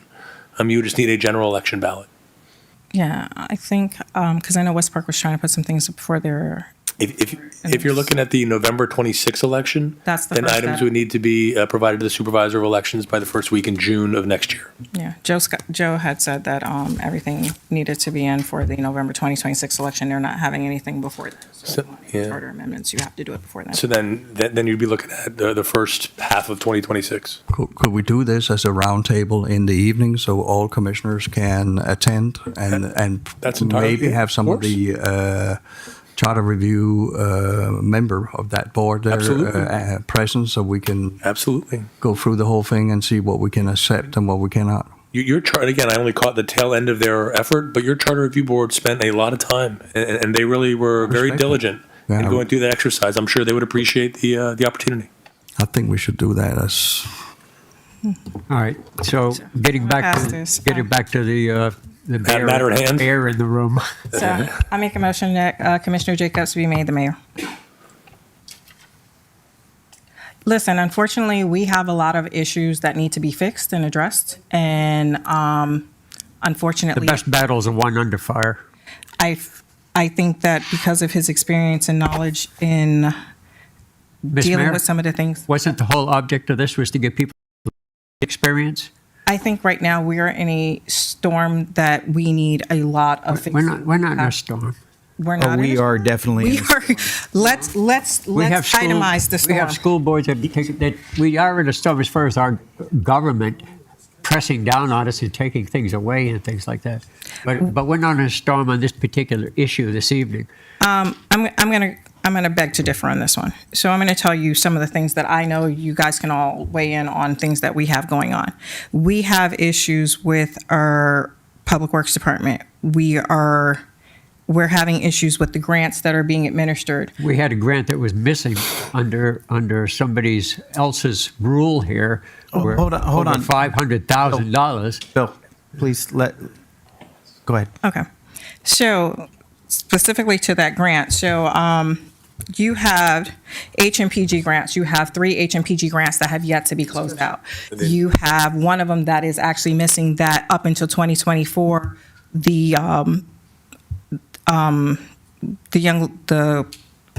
Stephanie was looking into getting revised quotes for the generator that for some reason still did not get pushed through to this commission, which is why that money is now gone.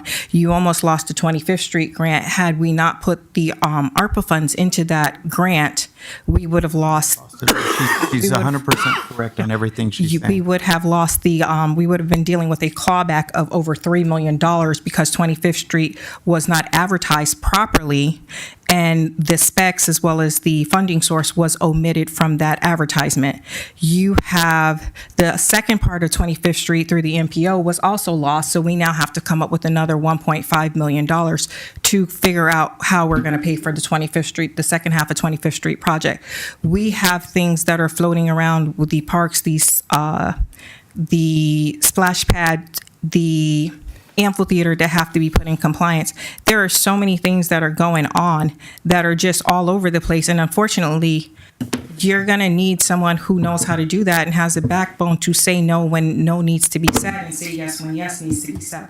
We've had issues where we've had people who, hey, that $500,000 was lost last year, but guess what? You had somebody that you wanted to give a $60,000 raise to who lost that money. We lost several grants in 2024 that should not have been lost. I'm sorry. Can I add something to that? We not only lost grants, when he left the town, he took the projects with him. So we had to start over again, reviving and recovering our. Mayor, I'm you need to still second upset your about motion. that, I know, bringing so those documents hang to out my surface. reasoning. I know. But we lost all of that data, and we've had to reinvent the wheel again for those projects. He took it with him. Yeah, there are so many things that are falling through the cracks that we're having to fight in order to get things done. There was an employee who basically promoted bad behavior that unfortunately it was the 3 of us who voted to terminate. And that was the thing. I'm like, you see that there's wrong going on. You see that people are being violated and victimized, and yet you guys aren't willing to step up to the plate to do what is correct for our community. And that's why I am making this recommendation, because of the fact that you have so many projects in public works that's just falling through the wayside, that's not being completed. There's so many things in the parks that's not being done. You have so many positions here in City Hall that are not getting done. Then you're hiring people or trying to hire people to fill positions because of the fact that we don't have people who are qualified in those positions. At some point, enough is enough. We have to be responsible for taxpayers' dollars, and we're not being responsible for taxpayers' dollars when people on this dais don't want to take the actions that are necessary in order to move the town forward and stop wasting money. So Mayor, that's Mayor, why. Can I interrupt you for a moment? Sorry, yes. Can I just second your motion and we go to discussion? Okay, yes. Second the motion. Okay. Thank you, Commissioner. All right. So as I was Continue, stating, please. Thank you. thank you. Sorry about that. Yeah, I mean, these are the things that I'm looking at, and these are the things, and this is why I understand when Commissioner Jacobs said he asked for qualifications and why someone wants to do the position. It's not about holding a title. It's about being able to move the town forward. We have a lot of problems. We've been fighting to get them through. And unfortunately, like, while me and him disagree on a lot of things, we've gone through a lot in the past, there are things that I've seen with his leadership that we've been able to move some things forward that we were behind. And I appreciate the fact that he's been able to move those things forward.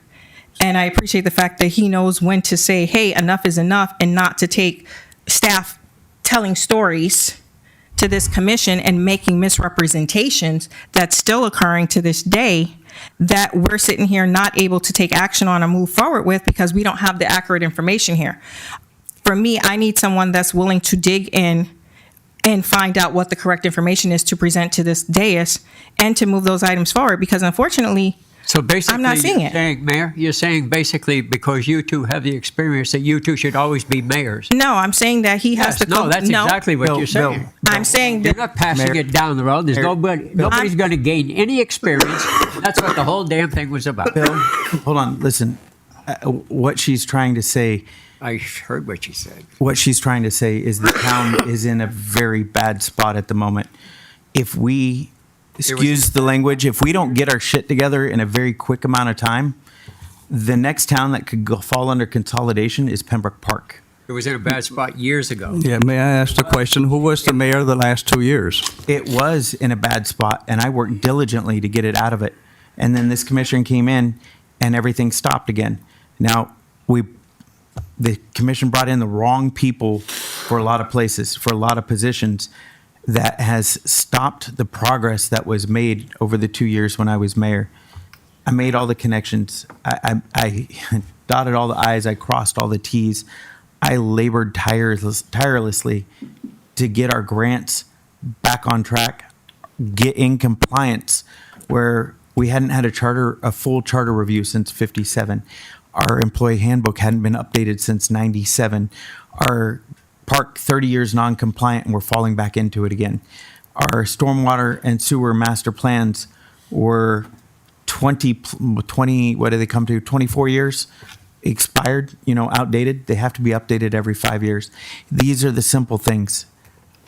On top of just getting the basics done, like the audit in on June 30th every single year, it's a battle.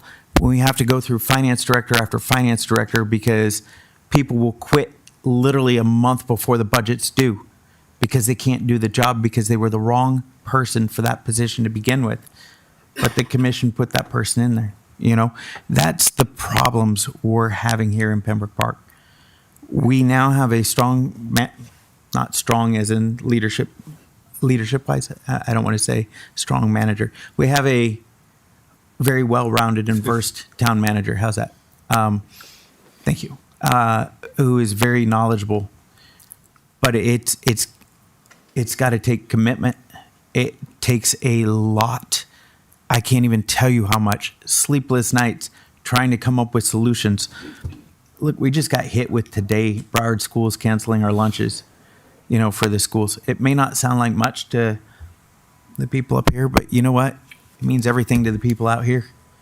Their kids will go hungry. I mean, the cost of living is going up so high, and the middle class is just hanging by a thread at the moment. But Pembroke Park needs to have all these infrastructure projects finished, updated, completed, these grants fulfilled. So, you've talked about the Fibers grant, but all you did is ask questions. Can you give some details of where we're at with the Fibers grant? The Fibers grant? Yeah, the Fibers grant. Yeah, the police department's working on it, I believe. I think they've submitted everything. You guys have submitted everything for the Fibers grant, right? We're certainly waiting for a couple of the cash checks to come back from Smart Cop so that we finalize it all, but we're all set. All right, thank you. We're all set. We're good on that. But there's, my point is, there's a lot more than just having the title, just being in the seat. It takes a skill set that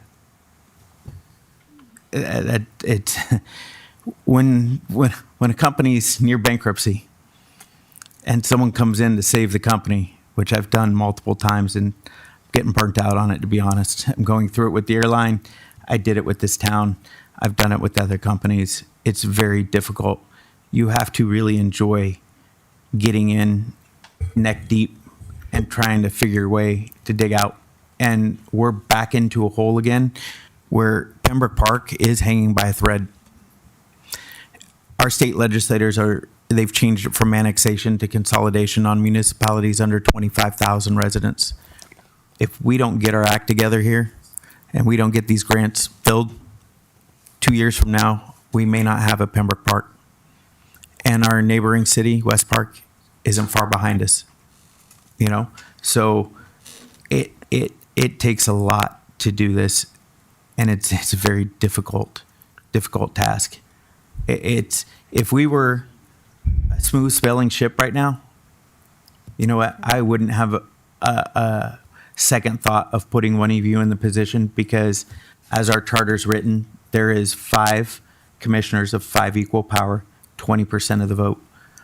But at this point, it's more than that. It takes a great deal to get this place back going and to get all this done. So, And I'm going to just Well, the mayor say has- this with, it's not a popularity vote. This is about qualifications. This is about moving our town forward. It's not. Excuse me, Mayor, the qualification things is you're going. It's qualifications. It is about qualifications, because you have to be able to lead this ship. And the thing is that there are people on this dais who have sat here. sorry, I can't take another mosquito bite. There are people who have sat on this dais and recommended that lies be told to other commissioners when being called to the carpet about problems. And that's not what we need in a form of leadership, is somebody lying and somebody taking the helm on items that are commission items and taking the helm and running with it and not even giving that discussion to this commission.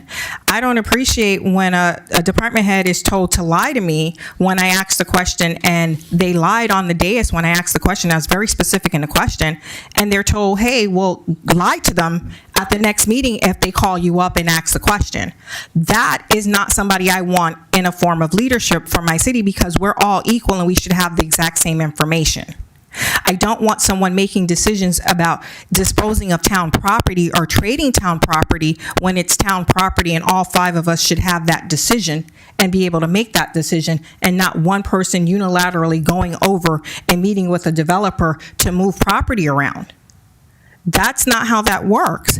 We have to share the information, which is why I send you guys emails when there's something that's going on. I make sure to CC everybody on it and get the town attorney involved in it to make sure that, hey, I'm not violating sunshine law when I tell you, hey, these are the problems that we're having.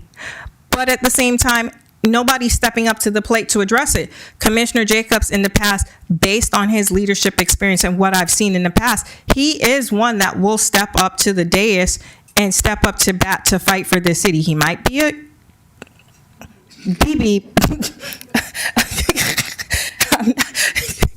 I'm being politically correct.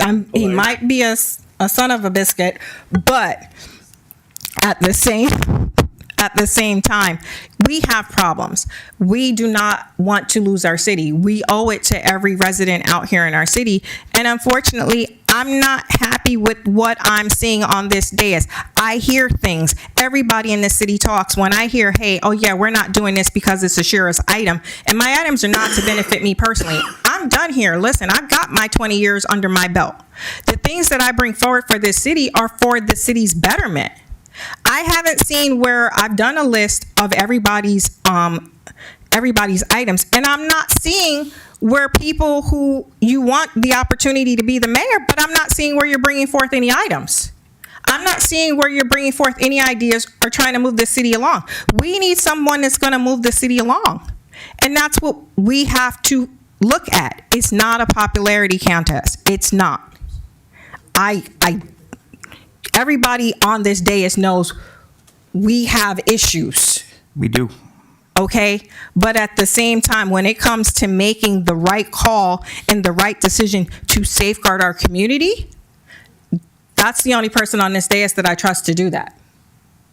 Unfortunately, I'm saying it. I don't know if I'm going to get struck by lightning. I don't know, but I'm going to put it forward. I had them install a lightning rod for me over here personally. Goes 50 feet down. May I remind you that we're serving the voters. We're not serving ourselves here. Well, you need to serve the voters and have a city to serve. Yes. That's the problem, because Archer is getting dissolved. White Springs has been dissolved. There's about 30 cities on that list. There are JLAC letters. They are going by the JLAC letters that are out there.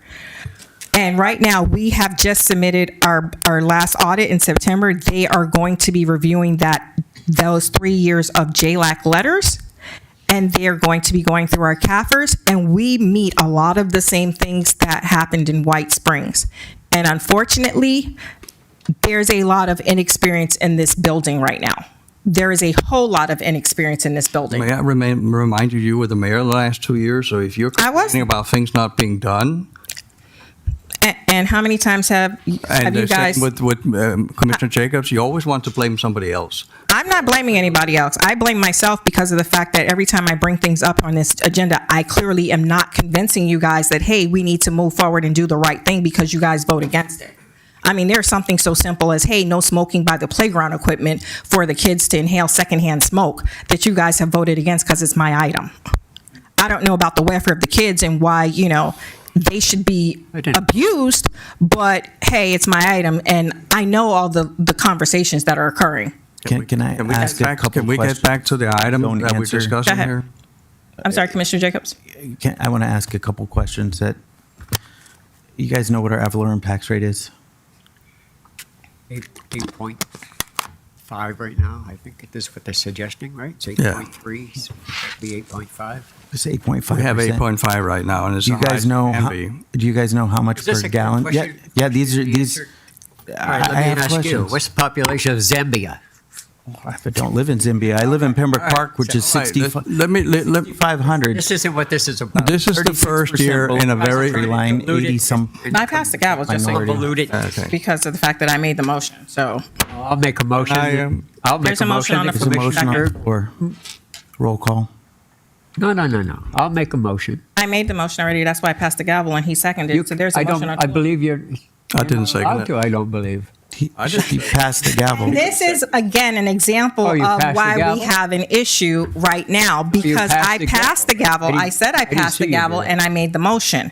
And this is, again, about qualifications. I didn't you guys have, I said it, I passed My it. heart missed a beat or two, and I think I missed a few breaths, too.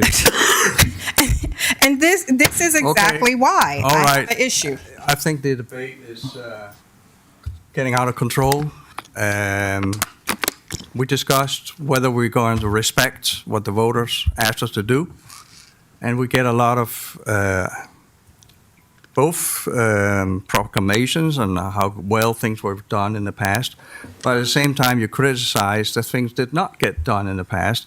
And I'm just asking, who was the mayor of the last 4 years?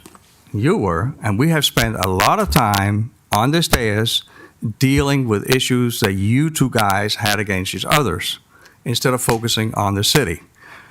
I believe that we should listen to what the electorate have asked us to do. And if we don't do it, it's on you guys, and at the next election, they will be reminded. They'll be reminded that you're not doing it.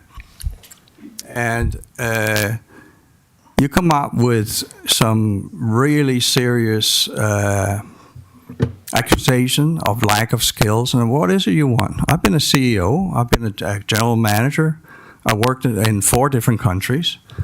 My last job here was a maintenance director for an assisted living facility. I know how to delegate, but I also know how to respect other commissioners and listen to them and listen to their ideas and facts and support them when they're good and vote them down when they're not. It's all about being a realist, and we have a very good team here in Town Hall right now. I don't think we have had that for a long, long time. The audit is on time, right, James? It's at that very final stage where questions being thrown back and forth. It's going to be done on time.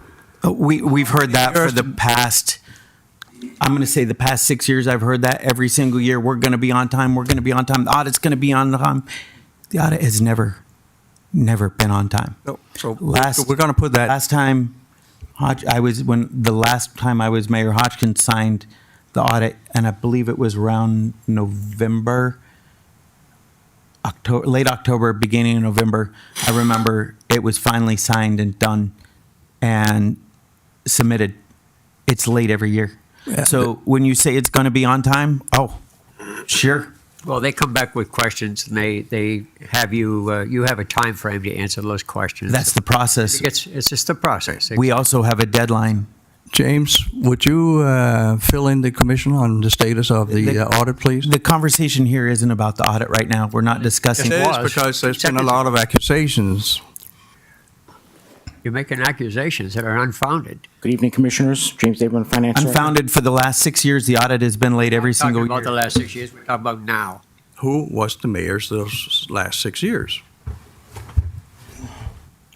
Okay, since you made that statement of who was the mayor for the last 6 years, I've been the mayor for the last 2 years. Before that, Commissioner Jacobs was the mayor for the last 4 years. Unfortunately, if this commission is not willing to take charge and take responsibility, you're going to continue to run into the same problems. If you don't have qualified staff in here to do the jobs, you're going to have problems. If you have people who don't know what they're doing and these department heads, you're going to have problems. If you are not willing to make the tough decisions to say, hey, we need to look at a better alternative, you are going to have problems. We've had basically this past month alone, 5 Hail Marys on the field on stuff that was messed up. And guess what? Again, I guarantee you this commission is not willing to take the steps necessary to right the wrong and right the ship. And I don't know how many more Hail Marys we're going to get on the field to save some of these departments. You've been heard. Can I hear Mr. James, please? Well, I can certainly guarantee that we'll be done before Thanksgiving. But the audit is, we're at the current stage where we're in the last 2-week sprint to turn everything in by the end of May. That will give the partners from the firm a chance to review our work, ask additional questions. And this firm likes to do 2 partner reviews, so they do an additional partner review. So they've advised us to give them a month to complete their consolidation, and then they'll put together the ACFR. And the intent is to be, done by the end of June. I can't guarantee it because I don't know if any craziness might occur between now and then, but we're very comfortable with the fact that we'll be able to complete the material handoffs within the next 2 weeks. Thank you. All right. There's a motion and a second, so you need to call the roll. You made a so- motion, nobody was seconded. He seconded it a It's long time ago. seconded. That's why we're having discussion. You're seconding your own vote. So Yes, the same way you seconded your own vote. He can't make a motion. I can make a motion.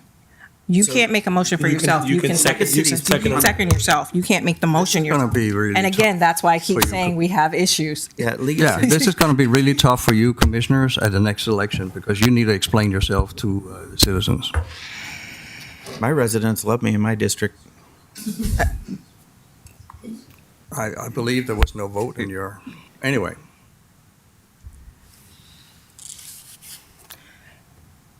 That's correct. Call the question. Before I do that, I just want to say, listen, League of Cities offers training. Every conference, they always have training classes available.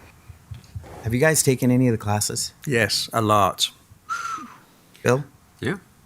I take them And, online. and we participate in the Florida League of Cities, National League of Cities, NPO, the Solid Waste Authority. Yeah, we've been over all these places because that's a learning curve for us, and we want to be involved. And Sorry to interrupt you. I don't know, we are not here, nobody is here, teacher or student.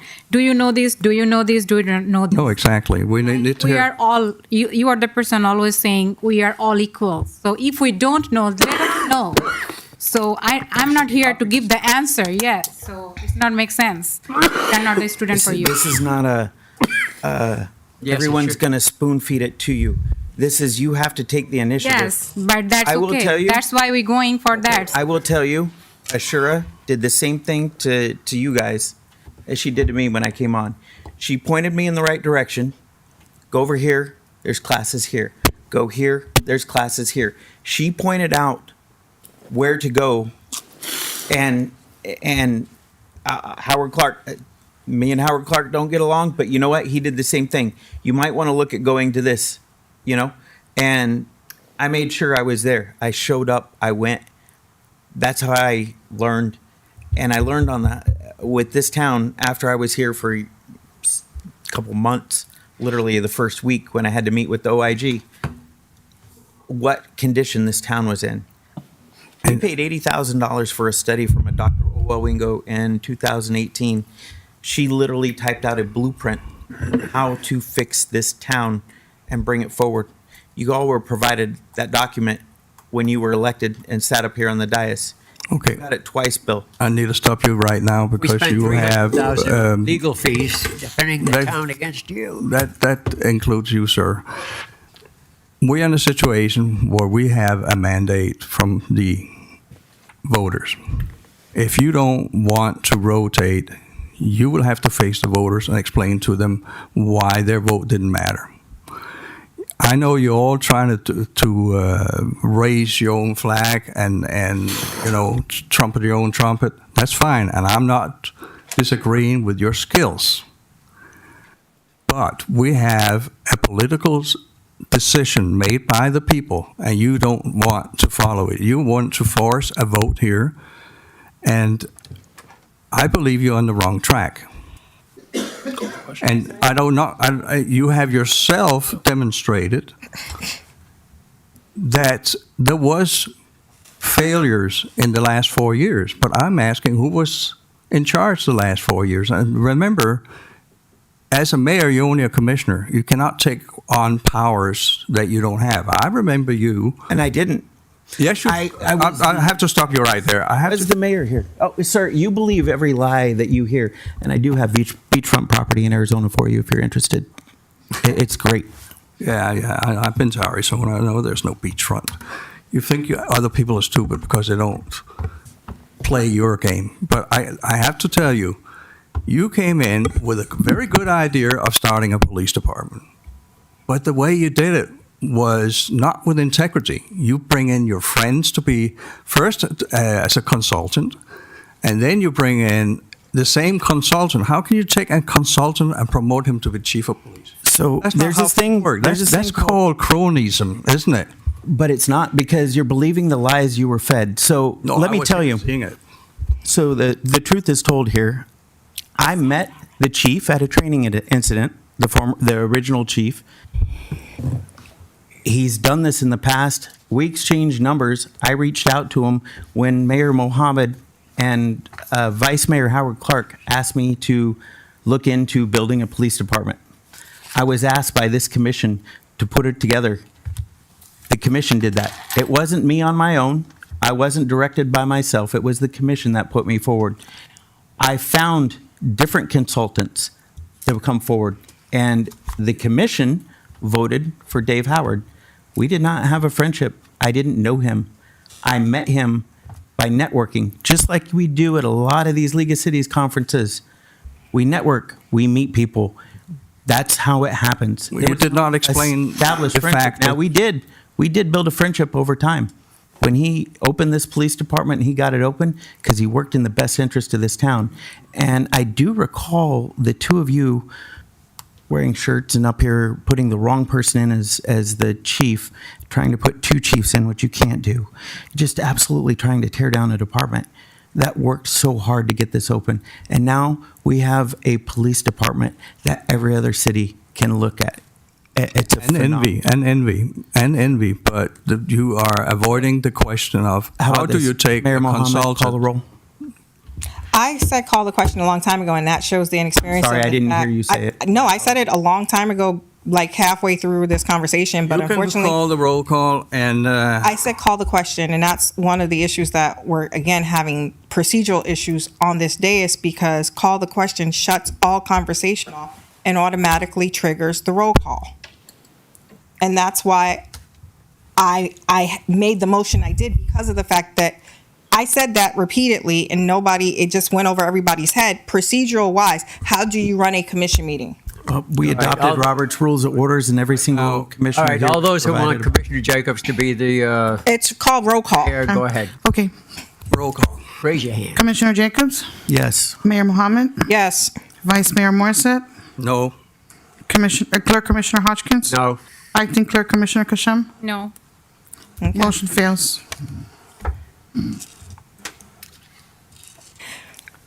Town attorney, where do we go from here?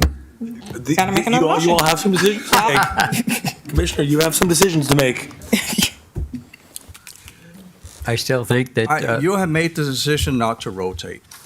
I did not make the We can decision end not this to rotate. discussion right here. Make the motion not to rotate. I made a motion. All right, There's a motion on the floor. There's nothing that precludes anybody from taking the seat again. That even with the legislative intent, there is nothing legally saying that somebody can't hold this seat. So I made the motion for Commissioner Jacobs based on the fact that, based on my personal opinion on who can lead the town forward, based on the experience that I've watched for the past 2 years. Now you have to go through the whole process all over again of making motions, seeing if it passes, seeing if it fails. Then you have to go through all the other positions. If you guys don't come to a conclusion tonight, this is going to roll over to the next meeting. then so And be that's it. something, so you guys need to know procedurally what you guys are doing on this dais. We've been at this now for what, 40 minutes? Yeah, and we haven't come to the conclusion that we need to follow the instructions we got from the voters. That's Well, all. All right. I would still Hold like on, to, speak I up. would still like to nominate You have a. Mr. resident. Morissette. To the mayor and the commission, I would like to say this. Not anymore? Oh, I'm sorry, I didn't hear him. I didn't hear a motion. There's a motion on the floor. There's a motion on the floor. You keep saying it's what the people I'm want. sorry, can you state your name for the record? Lily I Pate. don't think this is by the book. You keep saying you want. I always call. Excuse me, let me speak. You keep saying you want what the people voted for. The people voted yes without reading. I have spoken to a lot, and I do mean a lot, of people here in the town of Pembroke Park. They didn't know what the hell they were voting for. They just went down the line and say yes, yes, yes, yes, because they don't read. That's the problem with people. We do not read. So do not say this is what the people want. I have never seen a bunch of people like you guys up there on the dais that are such backstabbers. That's what you are, a bunch of backstabbers. I hear you. Wait, let me finish. No, Let I me hear you finish. promoting the dictatorship. Let me finish. When the mayor, like she stated, put an idea out there, you guys vote against it. Then you come up with the same idea and you go through with it. And I do believe it's because she is a female, a black female at that. You're prejudiced. And don't tell me you're not prejudiced. I'm 81 years old. I am 81 years old. That's my wife behind you. I lady. have Turn around. Let me tell you, it doesn't mean a thing. You think I'm prejudiced? It doesn't mean a thing. I was married to an Indian. Does that make any difference? Congratulations. You guys are a bunch of hypocrites. You need to look at yourselves. Do you really know? You keep saying you want to be mayor. You want to be mayor. Like that's a big, big thing. If you were voted for 4 years, go the 4-year route. Okay? Then you put your name on the ballot and the people will vote you in. Do you guys really know what you're doing? You keep saying you want to get the experience. Okay? You will get the experience if you sit there and listen. She made a motion. He seconded it. And you guys kept going back and forth, back and forth, back and forth. You ignored it. Everything like she said just went right over your head. Okay? The only two people that have experience is Jacob and Ashira. Let them finish her 4-year term out. You don't want the town to go down the drain. That's what's going to happen. Right. You're not going to have a town because you don't know what you're doing. That's the same argument that we hear from Donald Trump. Okay, well, He knows better, and so hell with the electorate. he may know better, as you saying. I'm sorry. We know what Donald Trump is, and I won't even go there. Ma'am, I respect you a lot, but you're promoting to dictatorship. All right. Oh, well, if you want to call it dictatorship, then it's dictatorship. But you guys need to search your heart. Ms. Page, Okay. Ms. Page, can I ask you a question? Yes.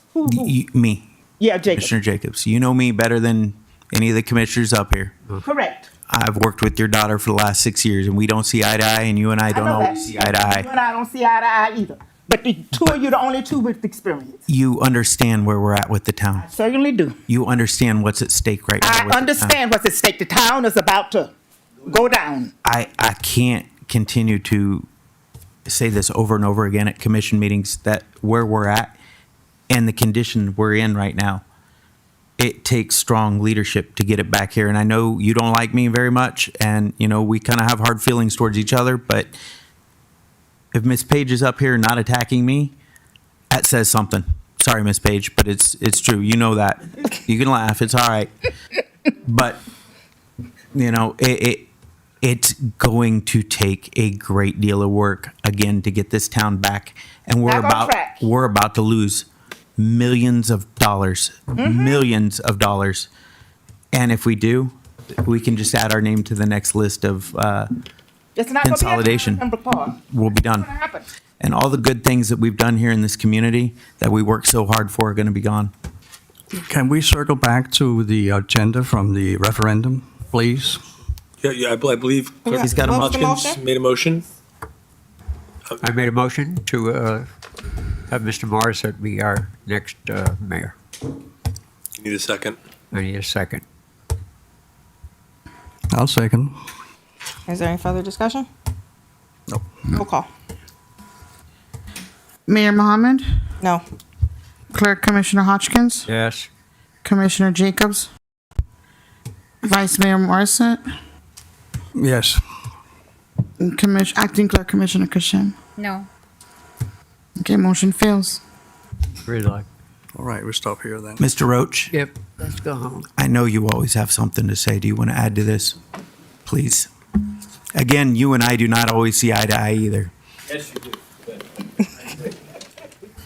I think we got a problem here. Into the mic, sir. And Come up to the mic, please. Come Thank to the you, rec- sir. You know what to do. David Roachdale Village. We've got a problem, and there doesn't seem to be a solution tonight. But I think we should check with the attorney, because we're going to continue to do the same thing. And it's just going to go around. It's been more than 60 minutes, not 40. It's been almost 75 minutes. But we can't come to an agreement, and that's a shame. But something has to be done, and he did mention that we may be able to do it, so we may have to have a separate commission meeting, since it doesn't look like anything's going to happen tonight. And you commissioners need to resolve the situation, and you do have to pick a new mayor. He already told you that. It was already brought up. It's already voted on by the public. We need to rotate it around. We need to do it. So you guys, it's up to you now. We're not blaming the people out here. We're not blaming the residents or anybody else. You know, the residents did vote for it. That's true. But it's up to you guys to make a Does the decision. town have a family therapist? So, good luck. A marriage counselor? What happened? Do you have the gavel again? Or I just do here? have the gavel again. Okay. Okay. I was going to say that earlier tonight, we talked about the idea of convening a special meeting. So if you wanted to adjourn tonight, I will have the town clerk check on the date for a special meeting. I know that one of you is going to be traveling out of town, but they'd be permitted, as long as we had a quorum physically, to participate in that special meeting. And that way we could handle the other two issues we talked about at that meeting, as well as have this item be on that agenda if you're so inclined. Under the charter, the town manager is supposed to. It's fine with me. Sort of manage the. I'm fine with it. Fine with me. This discussion's leading nowhere, so. Okay, To adjourn. I will have the town clerk, though, check on all those dates so that Let's have the comments and then we can adjourn. reconvene. But it's gonna be right away, folks, just so you know. Okay. Attorney's report. I have no comments, Mayor. I've said enough. Thank you. Town manager report. There's going to be a financial literacy class in this room on Friday morning at 10:30. And Watkins Elementary School will be having 15 students. It's an hour and a half program, but any commissioner that's available, if you could show up at like 5 minutes before 12, before we adjourn. We're also going to give the students a lunch, but we've never done this sort of thing before, and it's Commissioner Jacobs was talking about making sure we take care of the kids. Commissioner Morissette had this idea, and First Florida Credit Union is actually teaching the class with a few comments from our own finance director. So I hope you can all be there. Appreciate it. Mm-hmm. Commissioner reports. Commissioner Jacobs. I hate to see where we're at with this commission, knowing what's at stake. The constant fighting and bickering. This isn't what this commission's about. That's not what this town is about. And you guys have said it time and time again, we can't continue this way. We all have to get along. The fact, sure, I'm touching that grounding rod. The fact that Mayor said the thing she did about me tonight set me back a minute and reminded me what this town means. You know, this town means everything to me. I put so much effort into building this up, building a police department, feeding everyone during COVID, all the issues during COVID, everything that we had to do to keep this place going, boxes and boxes of documents and cleaning this place up. I couldn't stand seeing another box of documents because it was Pandora's box. There was something in there that was going to cause more issues. And it took a lot to even get to where we're at right now. We haven't been very successful over the last 2 years as a commission. We got 2 more between the 5 of us to make it right, move it forward. We just need to find a way to make it happen. Again, I'm standing against Broward County School District, and I will do whatever it takes to make sure our children are fed during the school year for the 2025-26 year. So that's not what politics is about. And I understand this came down from higher up, but we need to take care of our own. We take care of our neighbors. We need to do the same up here on this dais. You know, a lot of lies have been told about me along with the mayor. And sadly, those lies are believed by a lot of people as well. And they're not true. They're not true, especially the fact I never created a hostile work environment here in this town. You guys have sat up here and accused me of a great deal of stuff that never happened. But again, that's a story for another day. But the only way we're going to get this town moving forward is to work together up here on the dais. And if it's a special meeting, we'll take all day and have that special meeting, hash it out till it's done. But again, in a predicament where there's only 2 commissioners up here with the knowledge and experience that this town desperately needs right now. Ms. Page is agreeing with me, which scares the hell out of me as well. So, but that's where we're at here. And unfortunately, you guys, there are a lot of classes, a lot of things you could have done to get up to speed, but I got handed the town. I did not want the mayor's seat when it came to me. I was not looking for the title. I was very content where I was. But the things in the town changed, and I had a learning curve like no other, being the mayor, and then COVID coming in. So we got to figure out a solution to this. Working together is the only way it's going to happen. But again, I stand with our residents here in Pembroke Park as they voted to rotate seats. I hold true to that. That needs to be done. And we need to take care of our residents and children here in this town. So So that's all I have to say. Clerk Commissioner Hodgkins. I just want to say that I look forward to this next meeting, and hopefully we could come to some sort of amicable solution. Thank you. Kashim. Kashim. Nope. Vice Mayor. Yes, I do not like when people disrespect or demean the voters. I believe the voters are a lot smarter than they get credit for. But to say that they are directly stupid and not reading what's going on, I don't believe that. I think the voters are as smart as we are, and if you disrespect the voters, they're going to vote you out. It's that simple. I'd like to see Clerk Commissioner Hodgkins as the mayor, because I believe he would be a very good mayor, and the voters had asked us to rotate. That's obviously not going to happen. And it will be on the agenda for the next election. I like to work with you guys, and I voted with Mr. Jacobs and the mayor many times when I felt it was in the best interest of the city. But I vote against if I think it's not well prepared, or if I do not believe it's the best interest for the residents, and that's my job to do that, and you need to respect it. I'm not your enemy if I vote against something you suggest. Thank you. I have a brief note before you adjourn, Mayor, but I want, it's up to you. Okay. I'm going to say this. Pembroke Park has always been a dysfunctional family. There's no one here that I hate. There's no one here that I dislike. There are people who know how to do the job, and there are people who don't know how to do the job. And any job you go to, you are responsible for knowing your job. There has been ample opportunities presented to people here on this dais to educate themselves. I put together a list, which is more than what anyone has done for me in my 20 years of being here.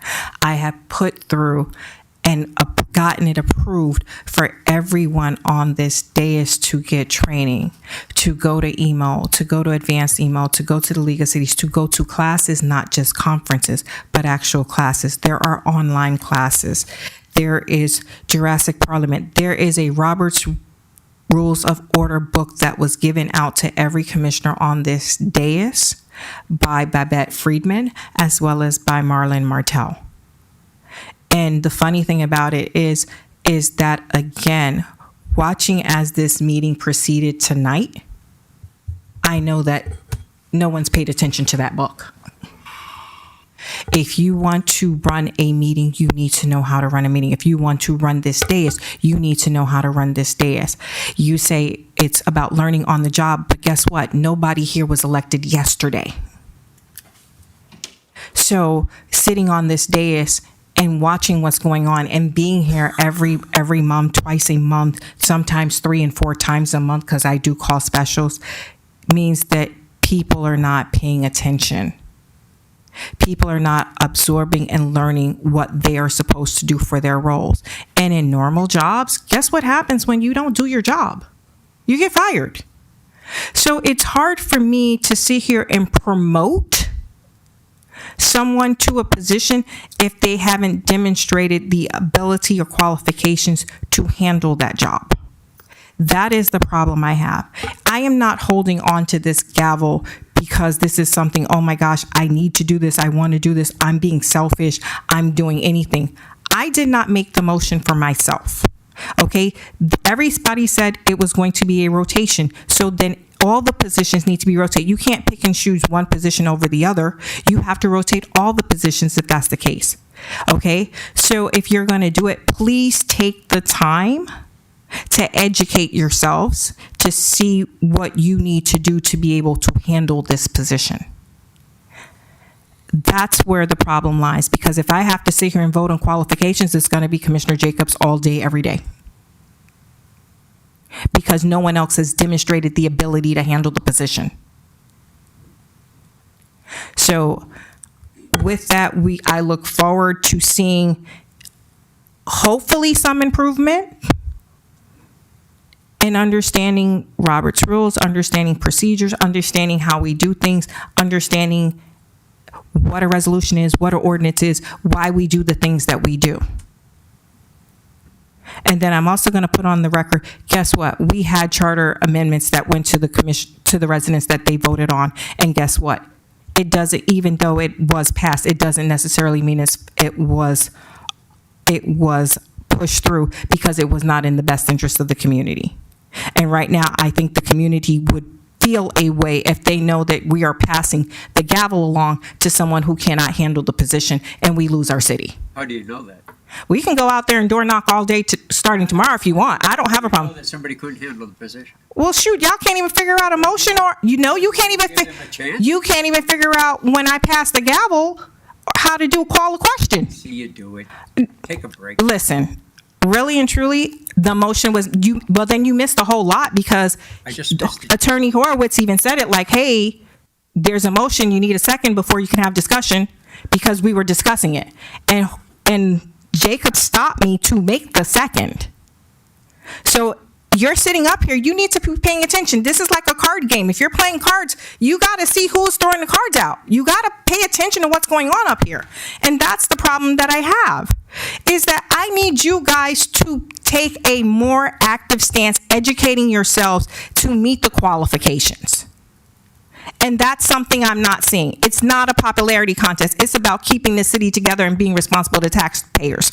It's not about, hey, I'm making friends with this person and that person that I can't fire this person. It's not about, oh, this person is nice, let's give him a $60,000 raise, but yet you lost $1 million for the 25th Street project. You lost $500,000 on the HMPG. And then when somebody comes out and says, hey, we have a problem with 25th Street, and the fact that it wasn't advertised correctly, hey, lie to the mayor and tell her, yeah, she asked for a lift station instead of a pump station.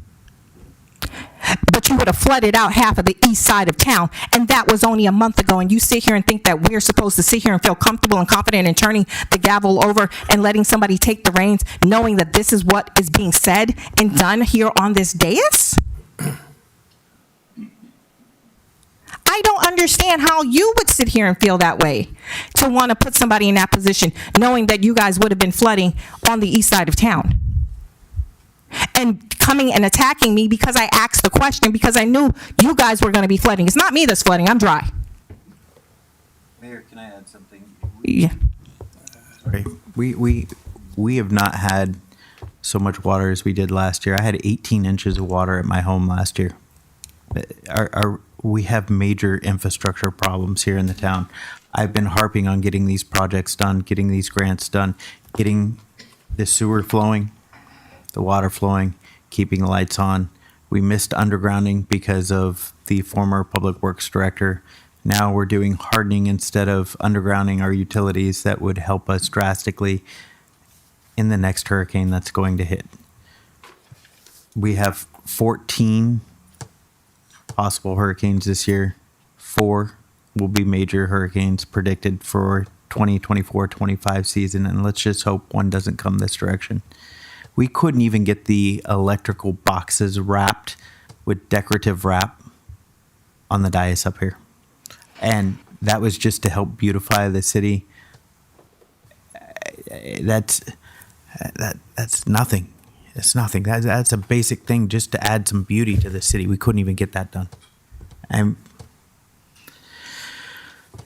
sorry, I just interrupted. No, that's okay. I mean, it's frustrating because of the fact that so many things are falling through the cracks. We're taking I got to use the restroom. Go right ahead. We're having issues with stuff. We need to fix it. We need to take the bull by the horns, and get the stuff done and stop fighting amongst ourselves up here and move the town forward. We don't have a generator. Our generator's not working properly. No, I know. Under who was that all dropped? I can actually tell you that was your former public works director. And again, guess what? The current public works director, this was still here when he came in, and guess what? The ball is still dropped. There was a list of about 12 different items that the former public works director was working on when he left, and he left a chart on his desk saying for the new person coming in, and guess what? We haven't even touched half the stuff that's on there. Right now, we have issues right now where CAS is sitting here trying to hold the PW, the Public Works Department, together and telling us, hey, listen, this is a problem, this is a problem, that's a problem. And that's not his job. But because he loves the town, they're sitting here coming up here telling us stuff. And I know did you want to speak on anything? I know, because I know you had wanted to give an update, and I'm sorry, I forgot that you wanted to give an update on, We have worked with the town. you got to come up to the mic, sorry. Can't sit in the back of the bus. Sorry. Yeah, Dan Schonk with Craig A. Smith and Associates. But yeah, as the last meeting, the town manager and the mayor and I discussed, is it Ecos tying into the town sewer system, and how much of that would be a loss to the town if we missed that. So the town manager and the public works director and I had a meetings this week and last week to try to see what we could to facilitate bringing them back in to using the town sewer. So I met with Stanley and, I pushed forward. I said, hey, we need to try to find this manhole. If it's out there, we need to find it. So the town manager directed CAS to utilize their ground penetrating radar to go out and find it. The town staff doesn't have this kind of technology. So we were able to locate this manhole, and this was infrastructure that was put in place in 1971. Mr. Horwitz has looked, everybody's looked, and we cannot find the easements for this infrastructure, but the infrastructure is in place. Mr. Horowitz can speak to how we can acquire an easement now, possibly for this infrastructure. We have maps dating back to 1970s when it was installed. So this is one of those things where we're happy that we were able to help the town, and the town was able to work with us, and we worked in conjunction to bring this customer back in, and we're currently working on trying to capture that revenue and pull that back from what would have been going to the county. I checked the impact fees. The town manager kind of put me in charge of trying to facilitate this endeavor and pull the town back in and get those funds. I'm working with the developer's engineer today, trying to figure out how we can get them served. And it's a benefit to all of us. It's looking like it will be a benefit to the developer, to the town, everybody involved, maybe not to the county, that these funds will come back in. And just to give you an idea, these tie-in fees for the county were $2,000 tie-in fees per unit. The Pembroke Park tie-in fees, you're highly competitive. You're only at $600 a unit, roughly. So it is a benefit to the developer to come to the town anyway, because these fees go to help build some of the infrastructure these sewers will be going into. Lift Station 17 is a key problematic lift station. During the meeting with Stanley, the question was, how are we going to pay for this? Where do we get these funds? And I said, well, if we can get the developer, Ecos, to join in and come back into the fold with the town, and we serve them, the revenue from Ecos and that development could facilitate the payment for this lift station over the course of 5 to 10 years. So it's a lot of revenue. I think that they proposed 150, but for some reason today they said it was 108. So I got to get to the bottom of that, and that's what I'm doing for the town, is figuring out how many units are coming in and how much money the town will be receiving from that revenue. Mm-hmm. And see, these are some of the important things that Craig Smith has been identifying, that, again, things falling through the cracks by hiring people who aren't qualified and putting them in departments where they're not qualified. This is what happens. We would have lost money for the city that would have paid for infrastructure improvements. We can't do that. We have to be responsible for our taxpayers' money. And that's the thing that, when we had the conversation at the last meeting about the same issue, it went over everybody's head. And it's like, okay, well, are you guys paying attention? Are you guys listening? Are you guys knowing what is really truly going on in your city? These are the issues that I have. Meeting when you guys, Yes. yesterday we were discussing. Yeah, But it was on the dais prior to that. And that was the thing that I'm like, look, we have issues. You have people who don't know what they're doing in these departments. And I'm thankful to Craig Smith for having the relationship that we have, that they can come to any one of us and say, hey, you're losing money here. Hey, you're about to flood out your 25th Street because you lost a pump. Because somebody decided to take the lift station out of the project, which is part of the grant, and then we would have been stuck having to pay that $3 million back. We're losing money. You need people up here and in these departments and in these positions that know what they're doing. It's not fair to our residents when they have to be canoed out of their homes. That's all I'm saying. So I appreciate the fact that I've been able to serve as mayor, as vice mayor, as acting clerk commissioner, as District 5 commissioner. But I need you guys to step up to the plate. That's what I need if you want my vote. That's what I'm saying. Thank you, Dan. And again, we appreciate your service in helping to oversee and help facilitate. You guys hire us to help the town, and that's what we try to. You guys hire us to help the town, and that's what we try to do. We just try to make sure you guys are getting the best service you can from your engineer. So, Thank you. thank you. Thank you. All right, that announcement, special magistrate hearing May 21st. The next workshop will be August 6th. The regular commission meeting will be August 13th. And with that, Yeah, I just need a brief word before we adjourn. There's been a lot of acrimony tonight, but there's the one thing in this room, apart from acrimony, and that's that there's a birthday cake for Bill Hodgson over there. So please, afterwards, go. Congratulations, Bill, on your 29th birthday. Huh?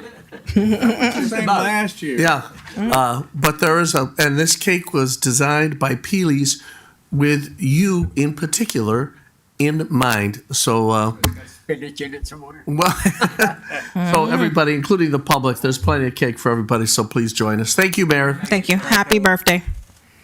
Is there a motion to adjourn? Motion to adjourn. All in favor? Aye. Aye. Meeting adjourned at 9:59. Next meeting, cake.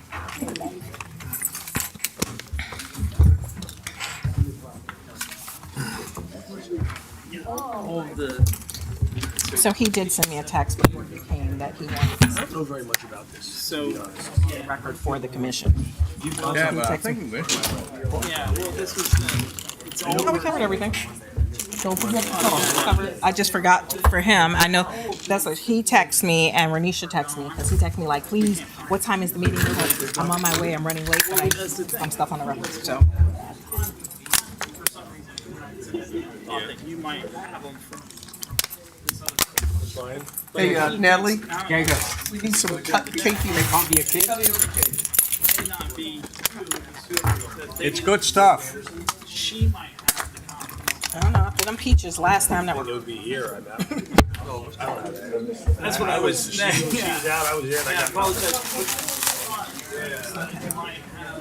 Whatever was back. And then I was talking to Tom, I said, wasn't there something else?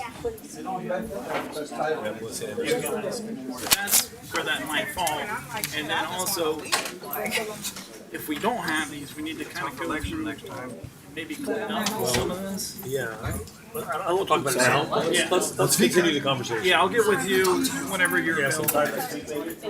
Yeah, that sounds good because, the lift station 17 is becoming a real problematic for me because it's on the same plan set that this gas will be on the other end of it. And that's why you're kind of like, okay. Let's try to sort it out next week. Yeah, We're not gonna fix it right now. yeah. Well, I'm looking at it, I just gotta pile all this stuff into a small area. I don't have the space. Literally, I'm ready to sign and seal. I got everything designed, but I just don't have the space to. And I might have to seal the county schools to get more space for them. Or I can maybe use some of the right of way along the road. Send me some of the details, Yeah. send me what records you have, and let's set that up. Okay, thank If you. I could have your attention, please, join me in singing happy birthday to Bill. Happy birthday to you. Happy birthday to you. Happy birthday, dear Bill. Happy birthday.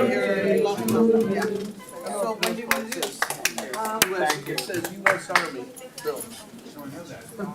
It's just, we can just keep it. It's not a big deal. Commissioner Jacobs?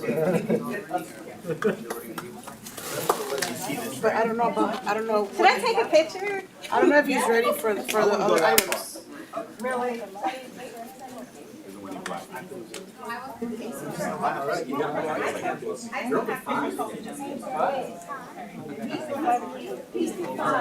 Oh, where are you? For 5, you'll see that.